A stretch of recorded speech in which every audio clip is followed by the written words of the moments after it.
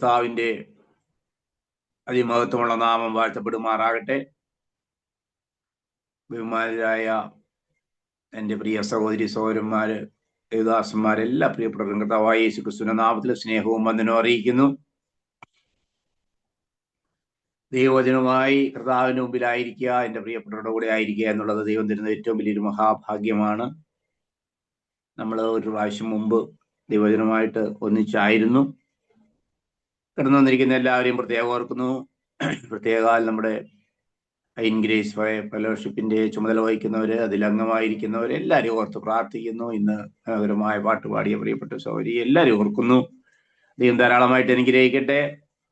നമ്മൾ കഴിഞ്ഞ പ്രാവശ്യം പറഞ്ഞ പോലെ തന്നെ നമ്മളൊരു പഠനം, ഒരു വിഷയം ആരംഭിക്കുകയാണ്. ക്രിസ്തുമാർഗത്തിന്റെ ശ്രേഷ്ഠത എന്നതാണ് നമ്മുടെ വിഷയം.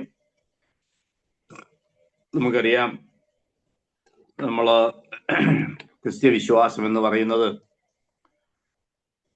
ദൈവത്തിന്റെ ആത്മാവ് നമ്മളിലും നമ്മുടെ ആത്മാവ് ദൈവത്തിലുമുള്ള ഒരു സിസ്റ്റമാണ്, ഒരു മാർഗമാണ്. ദൈവത്തിന്റെ ആത്മാവ് നമ്മളിലും നമ്മുടെ ആത്മാവ് ദൈവത്തിലും. അതാണ് ക്രിസ്തുമാർഗം എന്ന് പറയുന്നത്. അപ്പൊ അതിന്റെ ശ്രേഷ്ഠത നമ്മൾ എന്തിനാണ് പഠിക്കുന്നതെന്ന് ചോദിച്ചാൽ, നമ്മുടെ വളർന്നു വരുന്ന യുവതലമുറയോട് ഇതെല്ലാം കൃത്യമായി പറഞ്ഞു കൊടുക്കുവാൻ. യുവതലമുറ മാത്രമല്ല, നമ്മുടെ കൂടെ ജോലി ചെയ്യുന്നവര്, നമ്മളുടെ സംശയങ്ങളുമായിട്ട് വരുന്നവര്, അവരോട് വള്ളി വ്യത്യാസമില്ലാതെ ആധികാരികമായി ഇവ സംസാരിക്കുന്നതിന് വേണ്ടിയാണ്, ഒരു പഠന രീതിയാണ് നമ്മൾ പാലിക്കുന്നത്. കേവലം ഒരു പ്രസംഗമല്ല. കേവലം ഒരു പ്രസംഗം എന്ന് പറയുന്നത് നമുക്ക് യൂട്യൂബ് തുറന്നാൽ അല്ലെങ്കിൽ ദിവസം തോറും നമ്മളിങ്ങനെ ലഭിച്ചുകൊണ്ടിരിക്കുകയാണ്. അതുകൊണ്ടാണ് നമ്മളൊരു പഠന പരമ്പരയിലേക്ക് പ്രവേശിക്കുന്നത്. പഠനം എന്ന് പറഞ്ഞാൽ എന്താണെന്ന് ഞാൻ ആദ്യ ക്ലാസ്സിൽ പറഞ്ഞു എന്നാണ് എൻ്റെ ഓർമ്മ. ഇല്ലെങ്കിൽ ഒന്നും കൂടെ പറയാം. പഠിക്കുക എന്ന് പറഞ്ഞാൽ, അല്ലെങ്കിൽ പഠനം എന്ന് പറഞ്ഞാൽ ഗുണപരമായ മാറ്റം എന്നാണ് ആ വാക്കിന്റെ അർത്ഥം. Positive change. അപ്പൊ നമ്മളൊരു കാര്യം മനസ്സിലാക്കി വേറൊരാൾക്ക് കൈമാറാൻ കഴിയുന്ന അവസ്ഥ വരുമ്പോഴാണ് നമ്മൾ പഠിച്ചു എന്ന് പറയുന്നത്. If there is A change in us, A positive change in us, we can call it is a learning. അപ്പൊ പഠനം, നമ്മൾ പഠിച്ചു എന്ന് പറഞ്ഞാൽ അത് മറ്റൊരാൾക്ക് പറഞ്ഞു കൊടുക്കാൻ കഴിയുന്നു എന്നാണ് അതിൻ്റെ അർത്ഥം. ഓക്കെ, അപ്പോൾ നമ്മുടെ മെയിൻ ഹെഡിങ് ക്രിസ്തുമാർഗത്തിന്റെ ശ്രേഷ്ഠത എന്നതാണ്. ക്രിസ്തുമാർഗത്തിന്റെ ശ്രേഷ്ഠത എന്ന പല വിഷയങ്ങൾ നമ്മൾ പഠിക്കും. അതിൽ ഇന്ന് നമ്മൾ ചിന്തിക്കുന്നത് ദൈവത്തിന്റെ തോട്ടം, ദൈവസഭ ദൈവത്തിന്റെ തോട്ടം എന്നതാണ് ഇന്നത്തെ സബ് ഹെഡിങ്. മെയിൻ ഹെഡിങ് ക്രിസ്തുമാർഗത്തിന്റെ ശ്രേഷ്ഠത. സബ് ഹെഡിങ് ആണ് ദൈവസഭ ദൈവത്തിന്റെ തോട്ടം. ദൈവസഭ എന്ന് പറയുന്നത് ദൈവത്താൽ സ്ഥാപിതമായ ക്രിസ്തുമാർഗത്തെ കുറിച്ചാണ് നമ്മൾ ഉദ്ദേശിക്കുന്നത്.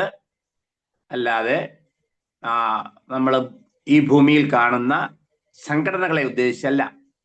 നമ്മൾ സംഘടനയ്ക്ക് അതീതമായാണ് നമ്മുടെ ഈ ഗ്രൂപ്പ് എന്ന് ഞാൻ വിശ്വസിക്കുന്നു. എനിക്കറിഞ്ഞുകൂടാ, വിവിധ ക്രൈസ്തവ വിഭാഗങ്ങളുള്ളവർ കാണും. അപ്പൊ നമ്മള് ക്രൈസ്തവ സഭകളുടെ ആളെ അല്ല ഇവിടെ ഉദ്ദേശിക്കുന്നത്, അല്ലെങ്കിൽ സംഘടനകളെ അല്ല ഉദ്ദേശിക്കുന്നത്. ദൈവം തമ്പുരാൻ സ്ഥാപിച്ച ക്രൈസ്തവ സഭയാണ് നമ്മൾ ഉദ്ദേശിക്കുന്നത്, ക്രിസ്തുമാർഗത്തെയാണ് ഉദ്ദേശിക്കുന്നത്. ആ കൂട്ടത്തിൽ കത്തോലിക്കരുണ്ട്. ദൈവസഭയിൽ കത്തോലിക്കരില്ല എന്ന് പറയരുത്. അവരിൽ ചിലരെങ്കിലും കാണും, ദൈവസഭയിൽ ഉണ്ടാവും. ഓർത്തഡോക്സുകാരുണ്ട്, പ്രൊട്ടസ്റ്റന്റുകാരുണ്ട്. ക്രൈസ്തവ വിഭാഗങ്ങളെല്ലാം 5 വേണമെങ്കിൽ തിരിക്കാം. കത്തോലിക്കര്, ഓർത്തഡോക്സുകാര്. കാത്തലിക് എന്ന വാക്കിന്റെ അർത്ഥം സാർവത്രികമെന്നാണ്. സാർവത്രിക സഭ എന്നാണ് അവർ വിളിക്കുന്നത്. പിന്നെയുള്ളത് ഓർത്തഡോക്സുകാർ. ഓർത്തഡോക്സുകാർ എന്ന് പറഞ്ഞാൽ പാരമ്പര്യ വിശ്വാസം പുലർത്തുന്നവരാണ് ഓർത്തഡോക്സ്. ഇതിൽ നിന്നെല്ലാം പ്രൊട്ടസ്റ്റ് ചെയ്ത് പ്രതിഷേധിച്ച് ഇറങ്ങി പോകുന്നവരാണ് പ്രൊട്ടസ്റ്റന്റുകാർ. നമ്മൾ ഇന്നത്തെ CSI, മർത്തോമാ മുതലായ സഭകളൊക്കെ ആ കൂട്ടത്തിൽ ഇടുന്ന പ്രൊട്ടസ്റ്റന്റുകാർ. 4ാമത്തെ വിഭാഗമാണ് ഇവാഞ്ചലിക്കൽ ക്രിസ്ത്യൻസ്. ഇവാഞ്ചലിക്കൽ ക്രിസ്ത്യൻസ് എന്ന് പറയുമ്പോൾ സുവിശേഷ വിഹിത സഭകൾ. അതില് ബ്രദറുകാര്, ബാപ്റ്റിസ്റ്റുകാര്, പ്രസ്ബിറ്റേറിയൻ, അങ്ങനെ പല സഭകളും ഉണ്ട്. സുവിശേഷ വിഹിത സഭകൾ. പെന്തക്കോസുകാരാണ് ലാസ്റ്റ് വിഭാഗം, അതായത് 5ാമത്തെ വിഭാഗം എന്ന് പറയുന്നത്. അങ്ങനെ പൊതുവെ 5 നമുക്ക് ക്രൈസ്തവ സംഘടനകളെ അല്ലെങ്കിൽ ക്രൈസ്തവ സഭകളെ തിരിക്കാം. നമ്മൾ ഇന്ന് പഠിക്കുന്നത് ദൈവസഭയാണ്. ദൈവസഭയിൽ ഈ പറഞ്ഞ സംഘടനയിൽ എല്ലാ സംഘടനകളിലും പെട്ടവർ കാണും. ദൈവസഭ എന്ന് പറയുന്ന ദൈവസഭയ്ക്ക് നമ്മൾ ഏതെങ്കിലും ഒരു സഭയ്ക്ക് പ്രാമുഖ്യം കൊടുത്തുകൊണ്ടോ അല്ല പഠിക്കുന്നത്. ദൈവസഭ എന്താണെന്നാണ് നമ്മൾ പഠിക്കുന്നത്. മനസ്സിലായി കാണുമെന്ന് കരുതുന്നു.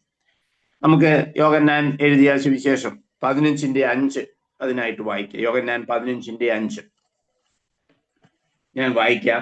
ആരംഭത്തിലെ വാക്യം ഞാൻ വായിക്കുന്നു. തുടർന്ന് നിങ്ങൾ ബൈബിൾ എടുത്തു വെച്ച് വായിക്കാൻ എന്നെ സഹായിക്കണമേ.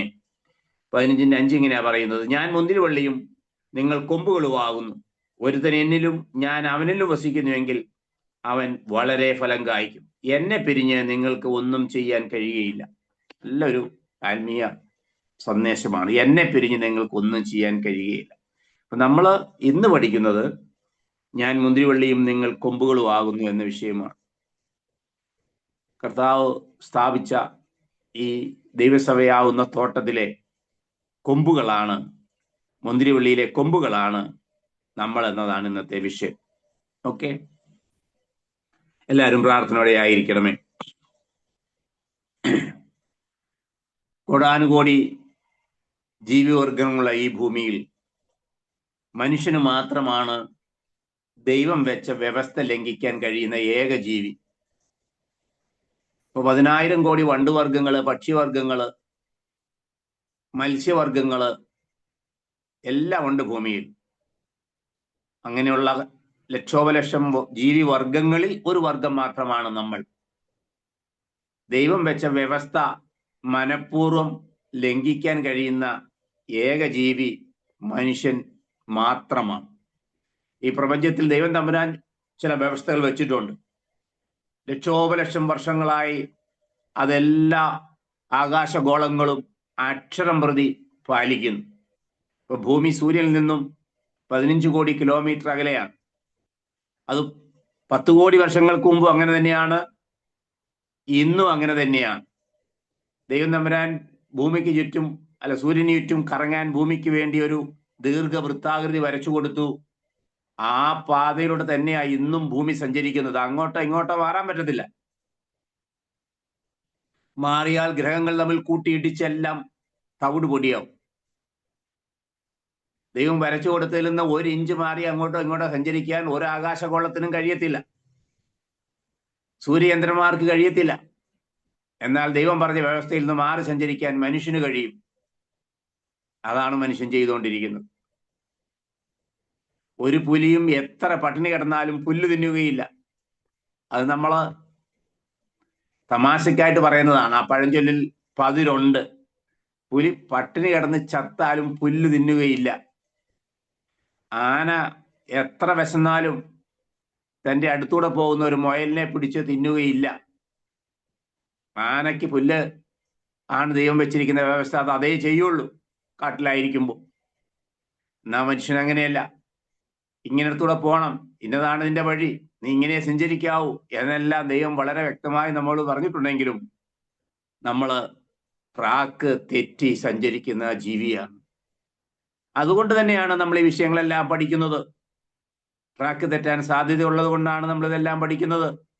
നമ്മുടെ തലമുറയ്ക്ക്, നമ്മുടെ സഹോദരങ്ങൾക്ക് ഇതെല്ലാം പറഞ്ഞു കൊടുക്കാനുള്ള ശേഷിയോടുകൂടി നമ്മൾ ആയിരിക്കട്ടെ. പിതാവായ ദൈവം നട്ട മുന്തിരിവള്ളിയാണ് കർത്താവായ യേശു ക്രിസ്തു. ആ കർത്താവായ യേശു ക്രിസ്തു എന്ന മുന്തിരിവള്ളിയിലെ കൊമ്പുകളാണ്, ബ്രാഞ്ചസ് ആണ് നമ്മൾ ഓരോരുത്തരും. ഇപ്പൊ നമ്മുടെ പഠന വിഷയം ദൈവസഭ, ദൈവത്തിന്റെ തോട്ടം. ആദ്യമായി നമ്മൾ ഈ തോട്ടവും വനവും തമ്മിലുള്ള ഒരു വ്യത്യാസം പഠിക്കാൻ പോകും. നമ്മളെല്ലാം തോട്ടത്തിലെ അംഗങ്ങളാണ്, തോട്ടത്തിലെ വൃക്ഷമാണ്. തോട്ടവും വനവും തമ്മിൽ എന്താ വ്യത്യാസം? ദൈവസഭ എന്ന് പറയുന്നത് തോട്ടമാണ്. ദൈവസഭയ്ക്ക് പുറത്തുള്ളവർ എന്ന് പറഞ്ഞാൽ വിശ്വാസത്തിലല്ലാത്ത എല്ലാവരെയും വനത്തിലെ അംഗങ്ങളായിട്ട് നമുക്ക് പരിഗണിക്കാം, ആലങ്കാരികമായി ഉപമിക്കാം. നമ്മൾ തോട്ടത്തിലുള്ളവരാണ്. പുറത്ത് തോട്ടത്തിലേക്കാൾ വലിയ ഒരു ജനസമൂഹം പുറത്തുണ്ട്. അത് വനമായിട്ട് കണക്കാക്കാം. തോട്ടവും വനവും തമ്മിലുള്ള വ്യത്യാസം എന്താണ്? ഞാൻ നിലമ്പൂർ സ്വദേശിയാണ്. നിലമ്പൂർ എന്ന് പറയുന്ന മലബാറിലെ മലപ്പുറം ജില്ലയിലെ ഒരു കുടിയേറ്റ മലമേഖലയാണ് നിലമ്പൂർ. ഇവിടുന്ന് തമിഴ്നാട്ടിലും കർണാടകത്തിനും വളരെ കുറച്ച് ദൂരമേ ഉള്ളൂ. ധാരാളം തോട്ടത്തിന്റെ മേഖലയാണ് നിലമ്പൂർ. അപ്പോ നിങ്ങൾ എന്നെ കേൾക്കുന്ന നിങ്ങൾ എല്ലാവരും ഒരു തരത്തിൽ അല്ലെങ്കിൽ മറ്റു തരത്തിലുള്ള തോട്ടങ്ങൾ കണ്ടു കാണും. എന്താണ് തോട്ടവും വനവും തമ്മിലുള്ള വ്യത്യാസം? പല വ്യത്യാസങ്ങൾ. വനം എന്ന് പറയുന്നത് വളരെ വിശാലമാണ്. വനത്തിലെ വൃക്ഷങ്ങളുടെ എണ്ണം കൂടുതലാണ്. ലോക ജനതയിൽ എണ്ണം കൂടുതലാണ്. ലോക ജനതയിൽ വിവിധ മതവിശ്വാസങ്ങളും ജാതി മതവിശ്വാസത്തിൽ പെടുന്നവരുണ്ട്. എണ്ണം കൂടുതലാണ്. വനത്തിലുള്ള പ്രധാന വ്യത്യാസം എന്ന് പറയുന്നത് വനത്തിലെ ഓരോ വൃക്ഷവും താനേ ഉണ്ടാവുന്നതാണ്. വനത്തിലെ വൃക്ഷം താനേ ജനിക്കുന്നതാണ്. അത് താനേ വളരുന്നതാണ്. അത് താനേ നശിച്ചു പോകുന്നതാണ്. വനത്തിലെ ഓരോ വൃക്ഷവും പടുവൃക്ഷത്തിന്റെ കുരുക്കൾ വീണ് അത് അതിന്റെ തൈ ഉണ്ടാകുന്നു, താനേ വളരുന്നു, താനേ നശിച്ചു പോകുന്നു. വനത്തിൽ കയറിയാൽ അറിയാം, വലിയ മരങ്ങൾ പോലും വീണ് അവിടെ കിടന്ന് ചെതല് പിടിച്ച് നശിച്ചു പോകുന്നതാണ്. തോട്ടം അങ്ങനെയല്ല. തോട്ടത്തിനൊരു ഉടയവനുണ്ട്, തോട്ടത്തിന് നോട്ടക്കാരനുണ്ട്, സൂക്ഷിപ്പുകാരനുണ്ട്. തോട്ടം നട്ടുണ്ടാക്കിയതാണ്. അത് നിങ്ങൾ പ്രത്യേകം കുറിക്കണം. തോട്ടം നട്ടുണ്ടാക്കിയതാണ്. വനം താനേ ഉണ്ടായതാണ്. അപ്പൊ നമ്മളെയൊക്കെ ദൈവം തമ്പുരാൻ നട്ടുണ്ടാക്കിയതാണ്. അതാണ് തോട്ടവും വനവും തമ്മിലുള്ള വ്യത്യാസം. അപ്പൊ വനത്തിന്റെ നേരെ നിങ്ങൾക്ക് എഴുതാം, വനത്തിൽ വന്നു പെട്ടതാണ്, വനത്തിൽ വന്നു വീണതാണ്, പെട്ടുപോയതാണ് വനത്തിലുള്ള ഓരോ വൃക്ഷങ്ങളും ഓരോ ചെടിയും. നമ്മൾ വന്നു പെട്ടതല്ല, നമ്മൾ നട്ടതാണ്. ഓർത്തിരുന്നോണം, നമ്മളെ നട്ടതാണ്. വി ആർ പ്ലാന്റഡ് ആണ്. വനത്തിൽ വന്ന് പെട്ടുപോയതാണ്. ജീവിതത്തിന്റെ നിരാശാവേളകളിൽ, ജീവിതം പ്രതിസന്ധി വേളകളിൽ തുടരെ രോഗങ്ങളും പ്രയാസങ്ങളും ഭാരങ്ങളും ഒക്കെ വരുമ്പോൾ അറിയാതെങ്കിലും നമ്മൾ ചിലപ്പോൾ പറഞ്ഞു കാണും, അയ്യോ കർത്താവേ ഞാൻ പെട്ടുപോയല്ലോ. ഒരിക്കലും അങ്ങനെ പറയരുത്. പറഞ്ഞിട്ടുണ്ടെങ്കിൽ ക്ഷമ ചോദിക്കണം കർത്താവിനോട്. കാരണം നമ്മൾ പെട്ടതല്ല, നമ്മളെ നട്ടതാണ്. പ്രത്യേകം പ്ലാൻ ചെയ്ത്, നമുക്കറിയാം തോട്ടത്തിൽ റബ്ബർ തോട്ടം, ഞങ്ങളുടെ നാട്ടിലൊക്കെ റബ്ബറാണ് കൂടുതൽ. റബ്ബറിന് പ്രത്യേകം കുഴിയെടുക്കണം. അങ്ങോട്ട് തോട്ടത്തിൽ നിന്നും അല്ലെങ്കിൽ അതിന്റെ നഴ്സറികളിൽ നിന്നും, റബ്ബർ നഴ്സറികളിൽ നിന്നും തൈ കൊണ്ടുവന്ന് കുഴിയെടുത്ത് വെക്കണം. കുഴിയെടുക്കുന്നതിന് മുമ്പ് ലൈൻ വെച്ച് ശരിക്കും എല്ലാം പ്ലാൻ ചെയ്യണം. അപ്പൊ ദൈവത്തിന്റെ പ്ലാൻ പ്രകാരം നട്ടപ്പെട്ട വ്യക്തിയാണ് നിങ്ങളും ഞാനും എന്ന് ഓർത്തിരിക്കുക. ഓക്കെ, അപ്പോ അതാണ് ഏറ്റവും പ്രധാനപ്പെട്ട കാര്യം. നമ്മുടെ നിലമ്പൂര് ലോകത്തിലെ ഏറ്റവും വലിയ തേക്കിന്റെ നാടാണ്. നിങ്ങൾ കേട്ട് കാണും പത്രവാർഷിക മാധ്യമം, തേക്ക്, ലോകത്തിലെ ഏറ്റവും വലിയ തേക്ക് തോട്ടം. മലബാർ വന്ന് ചിലരെങ്കിലും നിങ്ങൾ മലബാർ വന്ന് കാണും. ഇനിയെങ്കിലും നിങ്ങൾ മലബാർ ഭാഗത്ത് വരുമ്പോൾ ഒന്ന് വിളിച്ചു വരിക. നമ്മുടെ ചർച്ചിരിക്കുന്നതിൽ നിന്ന് നടന്നു പോകാവുന്ന ദൂരത്തിലാണ് ലോകത്തിലെ ഏറ്റവും വലിയ തേക്ക് തോട്ടം ഉള്ളത്. അതിന്റെ പ്രായം വെറും 150 കൊല്ലമേ ആയിട്ടുള്ളൂ. ഇവിടെയാണ് ലോകത്തിലെ ഏറ്റവും വലിയ തേക്കുള്ളത്, നിലമ്പൂർ. പക്ഷേ ഇത് ലോകത്തിലെ ഏറ്റവും വണ്ണവും നീളമുള്ള തേക്കല്ല. നട്ട് വളർത്തിയതിൽ ഏറ്റവും വണ്ണവും നീളമുള്ള തേക്കാണ് നിലമ്പൂരുള്ളത്. വളരെ വലിപ്പമുള്ള വൻ തേക്കുകൾ ലോകത്തിന്റെ പല ഭാഗങ്ങളിലും, ആമസോൺ വനങ്ങളിൽ, നമ്മുടെ കേരളത്തിൽ പോലും ഉണ്ട്, പല വനങ്ങളിലും ഉണ്ട്. പക്ഷേ മനുഷ്യൻ നട്ടുണ്ടാക്കിയതിൽ ഏറ്റവും വലിയ തേക്കാണ് നിലമ്പൂരുള്ളത്. അപ്പൊ നമ്മൾ പഠിക്കുന്ന വിഷയം നട്ടപ്പെട്ടത്, നമ്മളെല്ലാം കർത്താവിനാൽ നട്ടപ്പെട്ടതാണ്. അപ്പൊ നമ്മൾ 4 കാര്യങ്ങൾ സഭയെക്കുറിച്ച് പഠിക്കുക. ഏത്? ദൈവസഭ, ദൈവത്തിന്റെ തോട്ടം എന്ന വിഷയത്തില് 4 കാര്യങ്ങളാണ് നമ്മൾ പഠിക്കുന്നത്. അതിൽ നമ്പർ 1 തോട്ടം നട്ടുണ്ടാക്കിയതാണ്. നമ്മൾ നേരത്തെ സൂചിപ്പിച്ചിരുന്നതാണത്. അതിന് മെയിൻ പോയിന്റ് തോട്ടം നട്ടുണ്ടാക്കിയതാണ്, വനം നട്ടുണ്ടാക്കുന്നതല്ല. തോട്ടത്തിനൊരു ഉടമയുണ്ട്. അത് ത്രിയേക ദൈവമാണ്. ആ ഉടമയാലാണ് നടുന്നത്, ആ ഉടമയാണ് വളർത്തുന്നത്, ആ ഉടമയാണ് തോട്ടത്തിൽ നിന്ന് നമ്മളെ എടുക്കുന്നത്. അത് ഓർത്തിരുന്നു. വനമാണെങ്കിലോ താനേ ജനിക്കുന്നു, താനേ വളരുന്നു, താനേ നശിച്ചു പോവുകയാണ് ചെയ്യുന്ന ലോകത്തിൽ നമ്മൾ അങ്ങനെയല്ല. നമ്മളെ ദൈവം തമ്പുരാൻ നടുന്നു, ദൈവം തമ്പുരാൻ വളർത്തുന്നു. വളർത്തിട്ട് ദൈവത്തിന് സമയമാകുമ്പോൾ ദൈവം എടുക്കുകയാണ് ചെയ്യുന്നത്, നശിച്ചു പോവുകയല്ല. വനത്തിലെ വൃക്ഷം പോലെ വീണ്, പടുവൃക്ഷം പോലെ വീണ് ചതില് പിടിച്ച് പോവുകയല്ല നമ്മൾ ഓരോരുത്തരും. പിന്നെയോ കാലസമ്പൂർണതയിൽ ദൈവത്തിന്റെ സമയമാകുമ്പോൾ ദൈവം നമ്മളെ എടുക്കുകയാണ് ചെയ്യുന്നത്. നമുക്കറിയാം, വനത്തിലുള്ള ഒരു വൃക്ഷം വീണ് ചതില് പിടിച്ചു പോകുമ്പോൾ, നമ്മള് തോട്ടത്തിൽ നട്ട വൃക്ഷം, തോട്ടത്തിൽ നട്ട ഒരു തേക്ക് അവിടെ വീണ് ചതില് പിടിച്ച് നശിച്ചു പോകത്തില്ല. പകരം എന്ത് ചെയ്യും? അത് ഉടമ എടുക്കും, ഉടമ വെട്ടിയെടുക്കും, എന്നിട്ട് തന്റെ ആവശ്യത്തിന് ഉപയോഗിക്കും. അപ്പൊ നമ്മളെ ദൈവം എടുക്കുകയാണ് ചെയ്യുന്നത്, വിളിക്കുകയാണ് ചെയ്യുന്നത്. ഒന്നാമത്തെ പോയിന്റ്, തോട്ടം നട്ടുണ്ടാക്കിയതാണ് എന്ന കാര്യം പ്രത്യേകം ഓർത്തിരിക്കുക. അപ്പോ ദൈവസഭ ദൈവത്തിന്റെ തോട്ടമാണ്. ഇനി ആ തോട്ടത്തിന് ചില സവിശേഷതകൾ നോക്കാം ഏതാനും മിനിറ്റുകൾ കൊണ്ട്. തോട്ടത്തിന് സ്ഥലമൊരുക്കുന്നു. തോട്ടം നടണമെങ്കിൽ സ്ഥലമൊരുക്കുന്നു. നമ്മളെ സംബന്ധിച്ച് സ്ഥലം ഒരുക്കിയാണ് ദൈവം നമ്മളെ ഇങ്ങോട്ട് കൊണ്ടുവന്നത്. നമ്മളെല്ലാം വിവിധ ജാതികളിലോ മതങ്ങളിലോ ഒക്കെ പെട്ടവരായിരിക്കാം. അവിടെ ഒന്നും ദൈവം തമ്പുരാൻ സ്ഥലം ഒരുക്കി നമ്മളെ കൊണ്ടുവന്നു. ചിലരെ ക്രിസ്തീയ കുടുംബത്തിൽ ജനിച്ചു വളർന്നവരായിരിക്കാം, എങ്കിലും ദൈവം സ്ഥലം ഒരുക്കി നമ്മളെ കൊണ്ടുവന്നു. അങ്ങനെ ദൈവം സ്ഥലം ഒരുക്കുമ്പോഴാണ് അതിന് പല കാരണങ്ങൾ കാണും, മുഖാന്തരങ്ങൾ കാണും. ഒരുപക്ഷെ നമ്മുടെ ജീവിതത്തിൽ മാറാത്ത രോഗങ്ങൾ നമ്മെ അലട്ടിയപ്പോഴായിരിക്കാം നമ്മൾ ദൈവം കാണുന്നതും ദൈവത്തിന്റെ തോട്ടത്തിലേക്ക് മാറ്റപ്പെടുന്നതും. ചിലപ്പോൾ നമ്മുടെ ഇല്ലായ്മയും ദാരിദ്ര്യവും ഒക്കെ ആയിരിക്കാം കാരണം. ഞാൻ 10ാം ക്ലാസ് കഴിഞ്ഞിട്ട് പഠിക്കാൻ നിവൃത്തിയില്ലാതെ പല ജോലികളൊക്കെ ചെയ്ത് നാടുവിട്ട് അലയുന്ന സമയത്താണ് ദൈവത്തിന്റെ ആത്മാവ് എന്നെയും പിടിക്കുന്നത്. അത് എൻ്റെ ഇല്ലായ്മയും എൻ്റെ ദാരിദ്ര്യവും ഒക്കെ ആയിരുന്നു ആ കാലത്ത് ഞാൻ വിശ്വാസത്തിലേക്ക് വരാനുള്ള കാരണം.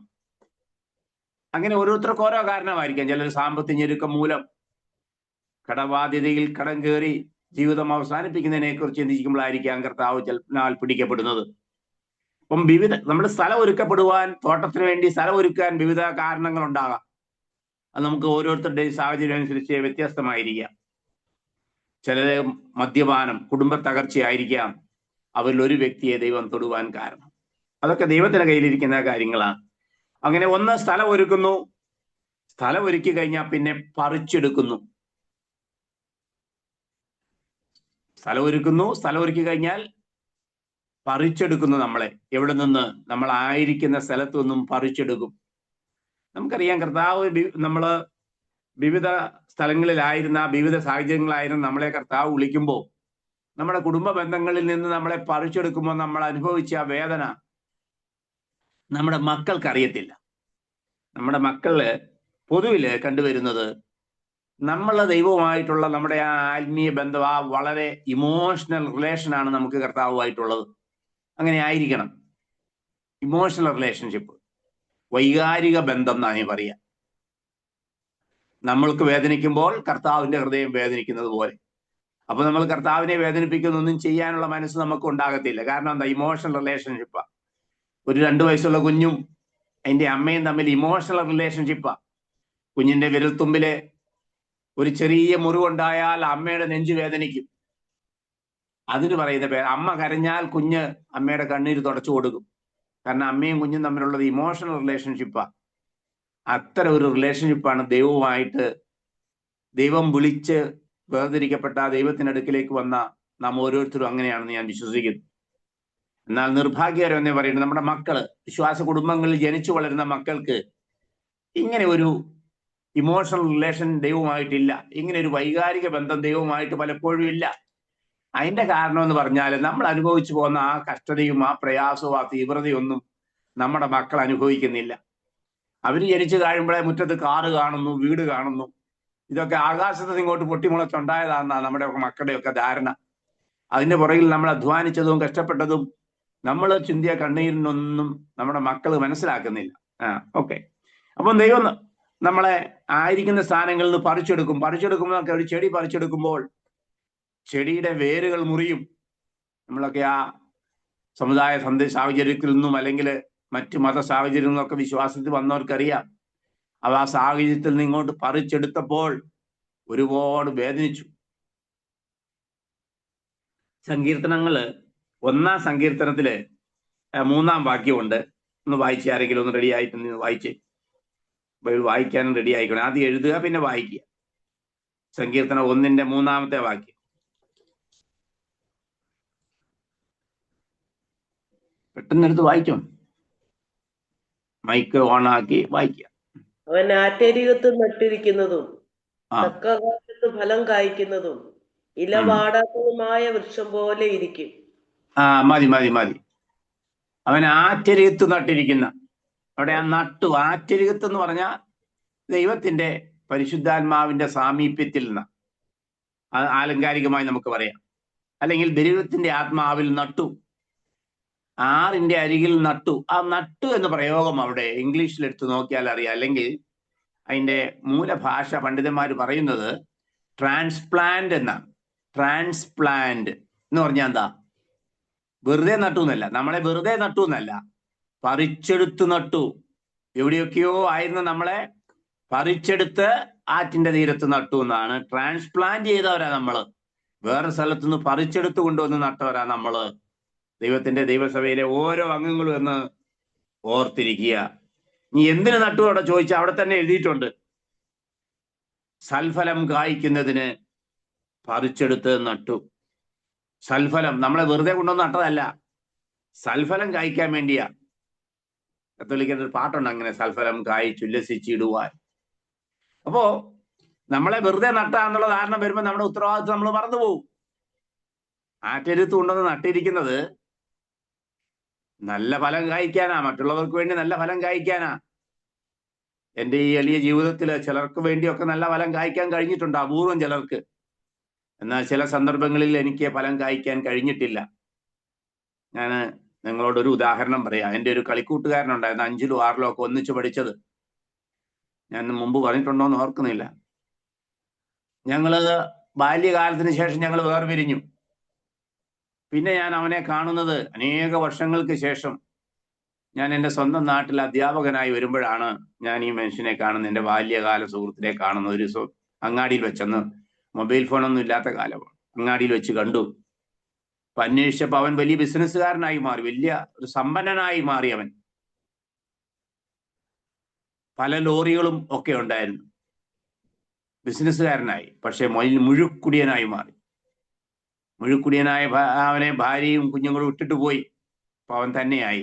എന്നെ കണ്ട് ഒത്തിരി കരഞ്ഞു കെട്ടിപ്പിടിച്ചു. ഞാൻ സുവിശേഷകനായി മാറി എന്നറിഞ്ഞപ്പോ എന്നെ കെട്ടിപ്പിടിച്ച് ഒത്തിരി കരഞ്ഞു. എനിക്കൊരു ജീവിതം വേണമെന്നൊക്കെ പറഞ്ഞ് കരഞ്ഞു. അപ്പൊ ഞാൻ അവനോട് പറഞ്ഞു, ഞാൻ അവന്റെ വീട്ടിൽ ചെല്ലാം, അടുത്ത ഞായറാഴ്ച ഉച്ച കഴിഞ്ഞ് നീ വീട്ടിലേക്ക് ഞാൻ അങ്ങോട്ട് വരാമെന്ന് പറഞ്ഞ് വാക്കുകൊടുത്ത് പോയി. ഞാൻ ആ ഞായറാഴ്ച പോകാൻ പറ്റിയില്ല. പോകാൻ പറ്റാത്തതിന്റെ കാരണം വിളിച്ചു പറയുവാൻ എൻ്റെ കയ്യിൽ ഫോണുമില്ല. അന്ന് കാലത്ത് മൊബൈൽ ഫോണിൽ. ആ ഞായറാഴ്ച കഴിഞ്ഞ് തിങ്കൾ, ചൊവ്വ, ബുധനാഴ്ച രാവിലെ മലയാള മനോരമ പത്രത്തിൽ ഒരു ചെറിയ കോളത്തിലൊരു വാർത്ത, ഇന്നയാള് മരിച്ചുപോയി. ഞാൻ പിന്നെ അന്വേഷിച്ചപ്പെടാൻ അറിയുന്ന ആത്മഹത്യയായിരുന്നു. ഞാൻ ചെല്ലാമെന്ന് പറഞ്ഞിരുന്ന ആ ഞായറാഴ്ച ആ മനുഷ്യന്റെ അടുത്ത് ഞാൻ പോയില്ല. അവനെ ആശ്വസിപ്പിച്ചില്ല, അവനെ ചേർത്ത് പിടിച്ചില്ല. ഒരുപക്ഷെ ഞാൻ അവിടെ ചെന്ന് പ്രാർത്ഥിച്ച് അവനെ ചേർത്ത് പിടിച്ചിരുന്നെങ്കിൽ അവന് ജീവിതം തിരിച്ചു കിട്ടിയേനെ. ഞാൻ ഇപ്പോഴും അത് ദുഃഖത്തോടെ ഓർക്കുന്ന ഒത്തിരി സംഭവങ്ങളാണ് എൻ്റെ ജീവിതത്തിൽ.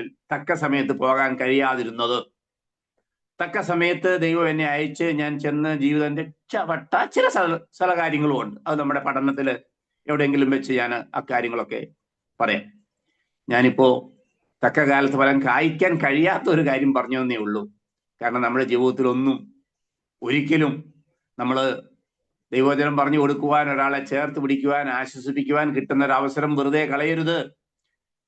നമ്മളെയൊക്കെ എന്തിനാണ് ദൈവം ഇവിടെ ഈ തോട്ടത്തിലാക്കി വെച്ചിരിക്കുന്നത്? മറ്റൊരാളെ ചേർത്ത് പിടിക്കുവാൻ, മറ്റൊരാളെ ആശ്വസിപ്പിക്കുവാൻ, മറ്റൊരാൾക്ക് വേണ്ടി പ്രാർത്ഥിക്കുവാൻ. കഴിഞ്ഞ കോവിഡ് കാലത്ത് നമ്മളെക്കാൾ ചെറുപ്പമുള്ളവർ പലരും മരിച്ചുപോയി. നമ്മളെക്കാൾ മിടുക്കന്മാര്, ഡോക്ടർമാര്. എന്നെ ചികിത്സിച്ച ഒരു ഡോക്ടർ കഴിഞ്ഞ കോവിഡിന് മരിച്ചുപോയി. എന്നിട്ട് ഞാൻ അവശേഷിച്ചു. കാരണം നിങ്ങളും ഞാനും അവശേഷിക്കാൻ കാരണം ലോകത്തിൽ എവിടെയോ നിങ്ങളെയും എന്നെയും കാത്ത ഒരു വ്യക്തി ഇരിപ്പുണ്ട്. നിങ്ങളൊന്ന് ചെന്ന് പ്രാർത്ഥിക്കുവാൻ, നിങ്ങളൊന്ന് ചെന്ന് കെട്ടിപ്പിടിച്ച് ആശ്വസിപ്പിക്കുവാൻ, നിങ്ങളുടെ ഒരു വാക്ക് ആശ്വാസത്തിന് വേണ്ടി കാത്തിരിക്കുന്ന ഏതോ ഒരു വ്യക്തി ലോകത്തിന്റെ ഏതോ കോണിലുണ്ട്. അയാളെ ചെന്ന് ആശ്വസിപ്പിച്ചതിന് ശേഷമേ നിങ്ങളെ ദൈവം വിളിക്കത്തുള്ളൂ, എന്നെ ദൈവം വിളിക്കത്തുള്ളൂ. അപ്പോഴേ നമ്മുടെ ദൗത്യം പൂർത്തിയാകത്തുള്ളൂ. കാരണം സൽഫലം കായ്ക്കാൻ വേണ്ടിയാ നമ്മളെ നട്ടത് കേട്ടോ, അത് മറന്നു പോകരുത്. തക്ക കാലത്ത് കായ്ച്ചോണം. അങ്ങനെയുള്ളവരുടെ ഇല വാടത്തില്ലെന്നാ പറഞ്ഞേ. ഞാൻ അതിന് കൊടുക്കുന്ന വ്യാഖ്യാനം ഇങ്ങനെയാ: മുഖം വാടത്തില്ല, വാടിപ്പോകുകയില്ല, വാടി വീഴുകയില്ലെന്ന. ആശ്ചര്യത്തിൽ നട്ടിരിക്കുന്ന ഒരു ചെടിയുടെ ഇല അഥവാ ഈ കഠിന വേനലിൽ വാടിയാലും അവ ഒരിക്കലും വാടി താഴെ പോകത്തില്ല, വീണ് പോകത്തില്ല. നമ്മളൊക്കെ ജീവിതത്തിൽ എത്രയോ പ്രാവശ്യം വാടിയിട്ടുണ്ട്. നമ്മുടെ ഹൃദയം വാടിയിട്ടുണ്ട്, നമ്മുടെ മനസ്സ് വാടിയിട്ടുണ്ട്, നമ്മൾ കണ്ണീര് പൊഴിച്ചിട്ടുണ്ട്. പക്ഷെ ഒരിക്കലും നമ്മൾ വീണുപോയില്ല. എന്താ കാരണം? ആറ്റിരികത്താണ് നട്ടിരിക്കുന്നത്. പരിശുദ്ധാത്മാവിന്റെ തീരത്താണ് നമ്മളെ നട്ടിരിക്കുന്നത്. നമ്മുടെ ഹൃദയം കലങ്ങിപ്പോവുകയില്ല. അപ്പൊ ഒന്നാമത്തെ കാര്യം നമ്മൾ പറഞ്ഞത് തോട്ടം നട്ടുണ്ടാക്കിയതാണ്. രണ്ടാമത്തെ പോയിന്റ് തോട്ടം കെട്ടിയടച്ചതാണ്. തോട്ടം കെട്ടിയടച്ചതാ. തോട്ടത്തിനൊരു ചുറ്റുമതിലുണ്ട്, തോട്ടത്തിന് സംരക്ഷണ മതിലുണ്ട്, വനത്തിന് സംരക്ഷണ മതിലില്ല. ഓക്കെ, തോട്ടം കെട്ടിയടച്ചതാണ്, തോട്ടത്തിന് ചുറ്റുമതിലുണ്ട്, തോട്ടത്തിന് ഇരുമ്പ് വേലി. നമ്മൾ കണ്ടു കാണും, ചില ചെടികൾ നടുമ്പോ അതിനൊരു ഇരുമ്പ് വേലി വെക്കും. ഇരുമ്പ് കൊണ്ട് ചെറിയ കൂട് പോലെ ഉണ്ടാക്കി റോഡരികളൊക്കെ ചെടികൾ വെക്കുന്നത് നിങ്ങൾ കണ്ടു കാണും. അതുപോലെ തോട്ടത്തിന് ചുറ്റുമതിലുണ്ട്, വനത്തിന് ചുറ്റുമതിലില്ല. തോട്ടത്തിന് വേലിയുണ്ട്, തോട്ടത്തിന് വാതിലുണ്ട്, തോട്ടത്തിന് ഗേറ്റ് നിങ്ങൾ കണ്ടു കാണും. വനത്തിനൊരിക്കലും ഗേറ്റ് വെക്കത്തില്ല, എതിലേ വേണമെങ്കിലും ആർക്കും പ്രവേശിക്കാം. തോട്ടത്തിന് ചുറ്റുമതിലുണ്ട്, അതിനൊരു വാതിലുണ്ട്. ആ വാതിലാണ് കർത്താവായ യേശു ക്രിസ്തു. തോട്ടത്തിന്റെ വാതിലാണ്, ദൈവസഭയുടെ വാതിലാണ് കർത്താവായ യേശു ക്രിസ്തു. അതാണ് പറഞ്ഞത്, ഞാൻ വാതിലാകുന്നു. ദൈവസഭയെ ആകുന്ന തോട്ടത്തിലേക്ക് പ്രവേശിക്കുവാൻ ഒരൊറ്റ വാതിലേ ഉള്ളൂ, അത് കർത്താവായ യേശു ക്രിസ്തുവാണ്. ആ വാതിലിനൊരു പ്രത്യേകതയുണ്ട്, അത് അകത്തേക്ക് മാത്രം തുറക്കുന്ന വാതിലാണ്. ദൈവസഭയിലേക്ക് ഒരാൾ പ്രവേശിച്ചു കഴിഞ്ഞാൽ പിന്നെ അതിന് പുറത്തേക്ക് പോകാൻ കഴിയത്തില്ല. പുറത്തേക്ക് പോകാൻ കഴിയും, കാരണം വാതിൽ അകത്തേക്ക് മാത്രം തുറക്കുന്നു. കർത്താവ് പറഞ്ഞു, ഞാൻ വാതിലാകുന്നു.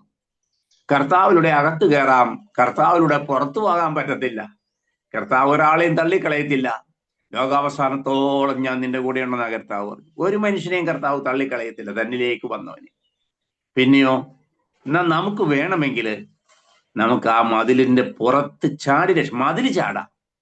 അങ്ങനെ കർത്താവിനെ പിടിക്കപ്പെട്ട ഒത്തിരി ആളുകൾ, കർത്താവിന്റെ തോട്ടത്തിൽ അംഗങ്ങളായ ഒത്തിരി ആളുകൾ ജീവിതത്തിലെ പ്രതിസന്ധികളെ പ്രയാസം വരുമ്പോ മതിൽ ചാടി പുറത്തു പോകുന്നവരുണ്ട്. അപ്പൊ എന്തിനാണ് തോട്ടത്തിന് വേലി കെട്ടുന്നത്? എന്തിനാണ് തോട്ടത്തിന് മതില്? മതിലിന്റെ ലക്ഷ്യം രണ്ടാണ്. മതിലിന്റെ ലക്ഷ്യം എന്ന് പറയുന്നത് രണ്ടാണ്. ഒന്ന്, മതിൽ നമുക്കറിയാം, അല്ലെങ്കിൽ വേലി കെട്ടുന്നത് എന്തിനാണെന്നറിയാം, സുരക്ഷയ്ക്ക് വേണ്ടിയാണ്. ഒന്ന്, സുരക്ഷയ്ക്ക് വേണ്ടി വേലി കെട്ടും. അപ്പൊ ദൈവം തമ്പുരാൻ നമ്മുടെ സുരക്ഷയ്ക്ക് വേണ്ടി വേലി കെട്ടിയിട്ടുണ്ട്. രണ്ട്, നിയന്ത്രണത്തിന് വേണ്ടി വേലി കെട്ടും. ഒന്ന്, സുരക്ഷ, ചുറ്റുമുള്ളവരുടെ അക്രമത്തിൽ നിന്ന് രക്ഷ നേടാൻ വേണ്ടിയാണ് നമുക്ക് ചുറ്റും ദൈവം തമ്പുരാൻ വേലി കെട്ടുന്നത്. സംരക്ഷിതരാണ് നമ്മൾ, ദൈവകരങ്ങളിൽ സുരക്ഷിതരാണ്. രണ്ടാമത്, വേലിയുടെ മറ്റൊരു ഉദ്ദേശം നിയന്ത്രണം വെക്കുകയാണ്. തോട്ടത്തിലുള്ളവർക്ക് തോന്നിയ പോലെ പുറത്തേക്ക് ചാടാനും വരാനും പറ്റത്തില്ല. അതും ഒരു കാരണമാണ്. തോട്ടത്തിനുള്ളിലുള്ളവർക്ക് നിയന്ത്രണമുണ്ട്, വനത്തിലുള്ളവർക്ക് നിയന്ത്രണമില്ല. ആരുടെ തോളയിലോട്ടും വീഴാം, എങ്ങോട്ട് വേണമെങ്കിലും ഇറങ്ങി നടക്കാം, എതിലേ വേണമെങ്കിലും കയറാം. തോട്ടത്തിൽ അങ്ങനെയല്ല, നിയന്ത്രണങ്ങളുണ്ട്. ഇയ്യോബിന്റെ പുസ്തകം 13:27, ഇയ്യോബ് 13:27 ഒന്ന് വായിച്ചേ.